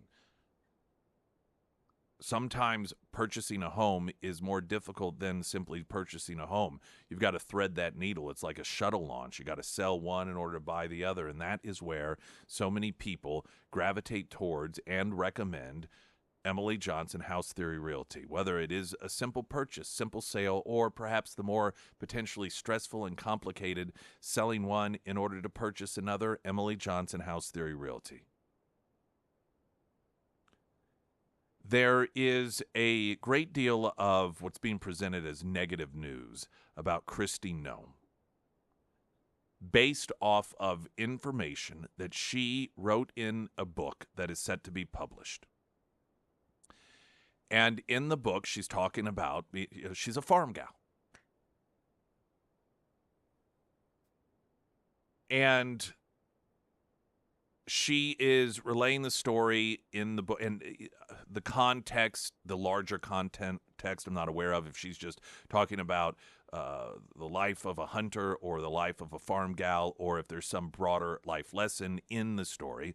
But she talked about how one of the dogs that she had a number of dogs, and you've got dogs for the purposes of hunting oftentimes, and one of the dogs that she had, which was a 14-year-old female named Cricket. And the dog was evidently, as much as she apparently thought this is a great dog, it was untrainable, and it got to the point where it was killing neighbors' chickens. Now, most people who live on a farm or share a border with somebody else that has land, if you have an animal that is killing their livestock, you know what happens. If the kill, and you can't control, it's not a one-off, but it just has become clear that this is an animal that is not going to stop killing life. Now, there are a couple of different options. You could try to find a home, but if it is also uncontrollable to the point that you don't feel that it would be a responsible thing to pawn it off to another person, you shoot the dog. Now, not everyone who is a farmland individual that is into hunting would necessarily do that, but it isn't the sort of thing that is so absurdly uncommon that it deserves the sort of reaction that she's getting. Now, let me say, just from an individual, personalized reaction, this is not the sort of thing I could ever do. I love animals to a fault, to the point I don't like the idea. I feel sorry for animals. I almost give them anthropomorphic, personality traits that as ridiculous as I know that it is, that's just how I am. So I'm not some cold-hearted individual when it comes to animals, but I also recognize that if you are a person who works the land and you farm the land and you have an out-of-control animal that is responsible, not for, it's one thing they're killing your life, but here you've got a neighbor and your neighbor is losing chickens or whatever the animals may be because your dog is uncontrollable, that is oftentimes part of that life. And evidently, it's enough part of her culture and life that she wrote about it in a book, but people are going apoplectic over this. And it reminds me to some degree of what Mike Moon dealt with several years ago, in which he was expressing his displeasure at the potential of lawmakers being called in for a special session and demonstrating the fact that, not all lawmakers have that as their full-time job. He was a farmer, and so he slit the throat of a chicken as he was, he's a farmer, and that's how you kill chickens. And apparently there are a lot of people in the world that just had no idea that that's how that worked. They thought that chickens were born, and then they just went to sleep, and then you ate them. And you get these people who have no idea, no concept of how these things work. And this is the thing that kills me. It doesn't kill me. I shouldn't say that. The unwillingness of people, whenever they hear of something that is not familiar to them, having no intellectual curiosity as to learn about it. So, in other words, the reaction to her writing about this is, for a lot of people, an instinct that this is only something a psychopath would do. There is a lack of understanding that that is not an abnormal way of life in dealing with problematic animals.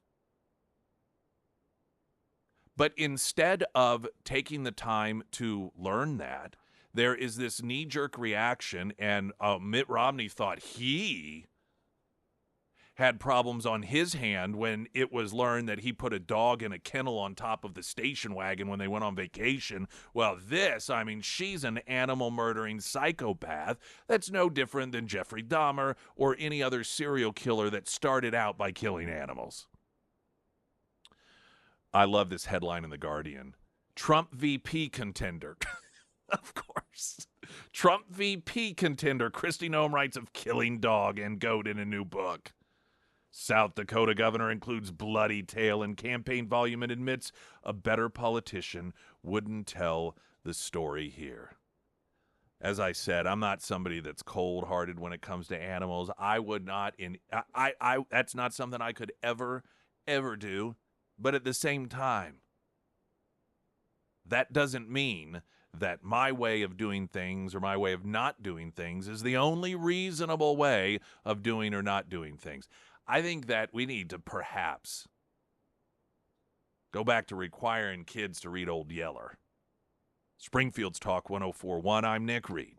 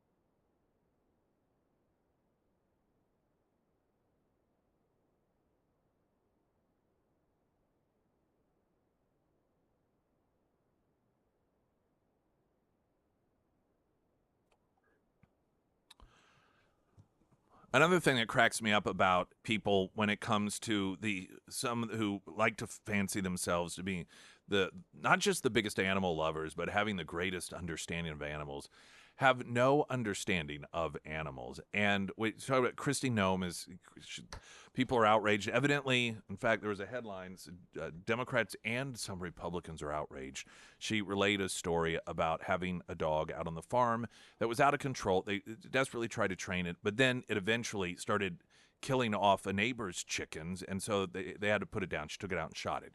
Well, this is one of those instances in which you have people who have no understanding of that way of life that are outraged. These are the same people that went viral for demanding Steven Spielberg be canceled when there was a photo of him with wasn't it Spielberg? Remember one of the dinosaurs from Jurassic Park? He was standing with the animatronic thing like he had killed it or something. And there were people that demanded he be canceled for it. Or last week, there were, I don't even know, it was some group of people, and they were taking bear cubs out of a tree to take pictures with them. I saw that. Or they will get these animals that oftentimes will be going through a national forest. It was a couple years ago. I think it was a dad and his son, and there was some sort of animal out in the snow, and so they tried to take it home because it was so cold outside. Well, then the mother rejected it, and it had to be put down. They just have no concept of animals. Or when you talk about an animal that gets put down because it's killing other animals, they act as if animals, that's not part of nature anyway. Animals killing animals is part of nature. most animals, not all, but most don't just die of old age. You know, they don't have little nursing homes out in the woods, the forest, and they don't have families come visit them on Sundays and around the holidays. They get eaten by other animals.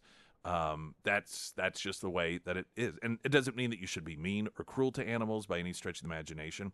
But then you also, at the same time, and this is what people, they do not live outside their world. These stories do crack me up because it's government. There will be somebody hiking through the woods and they get attacked by a bear and killed. Then the government's like, well, we have to go find and kill that bear. Now, that's an instance in which I don't think that's necessarily the case. Because the woods are, what do you think a bear's going to do? This is what bears do. This is what mountain lions do. It's different if it's your animal and you have ownership over it like a dog on a farm, and you're unable to control the dog, and the dog starts killing livestock from, on a neighbor's land, then it's your responsibility to do something about that, whether that is put the dog down or find some other farm, and let it be somebody else's problem, whatever. That's one thing. But whenever there's, whatever the Department of Natural Resources in any given state, and there's a wolf and it attacked a jogger that was jogging through the woods. Well, we got to find that. First off, we got to find out if there's something wrong with that wolf. What do you mean is there something wrong with the wolf? It's a wolf. This is what they do. They have teeth and they eat things, and they will also attack other things, whether they're animals or people, which are animals, mammals, that they feel are within their territory and potentially a danger. So that one I've never really understood. When they're like, well, we got to find that animal in the forest and put him down, because that's not what animals normally do. Of course it is. I'm wondering how this is going to play out. I love that some of the headlines are, of course, casting her as a Trump VP potential pick. Got to draw it all back to Trump. But just watching the uneducated masses react to this in a way that demonstrates they have absolutely no concept whatsoever of how the real world works when it comes to this stuff. And like I said, that's not my world. I've lived on a farm. So I've just very briefly had glimpses of that sort of world, in no way, shape, or form anywhere close to somebody who actually does live that world. But I also recognize that. And so whenever there's a story like that isn't part of my world, I don't go apoplectic, as none of us should. And instead, you recognize, hey, just because it ain't my world doesn't mean that it's not the way of the world. Should probably get some book sales out of it. Glenn Beck's coming up next. I'm Nick Reed. I'll talk with you tomorrow.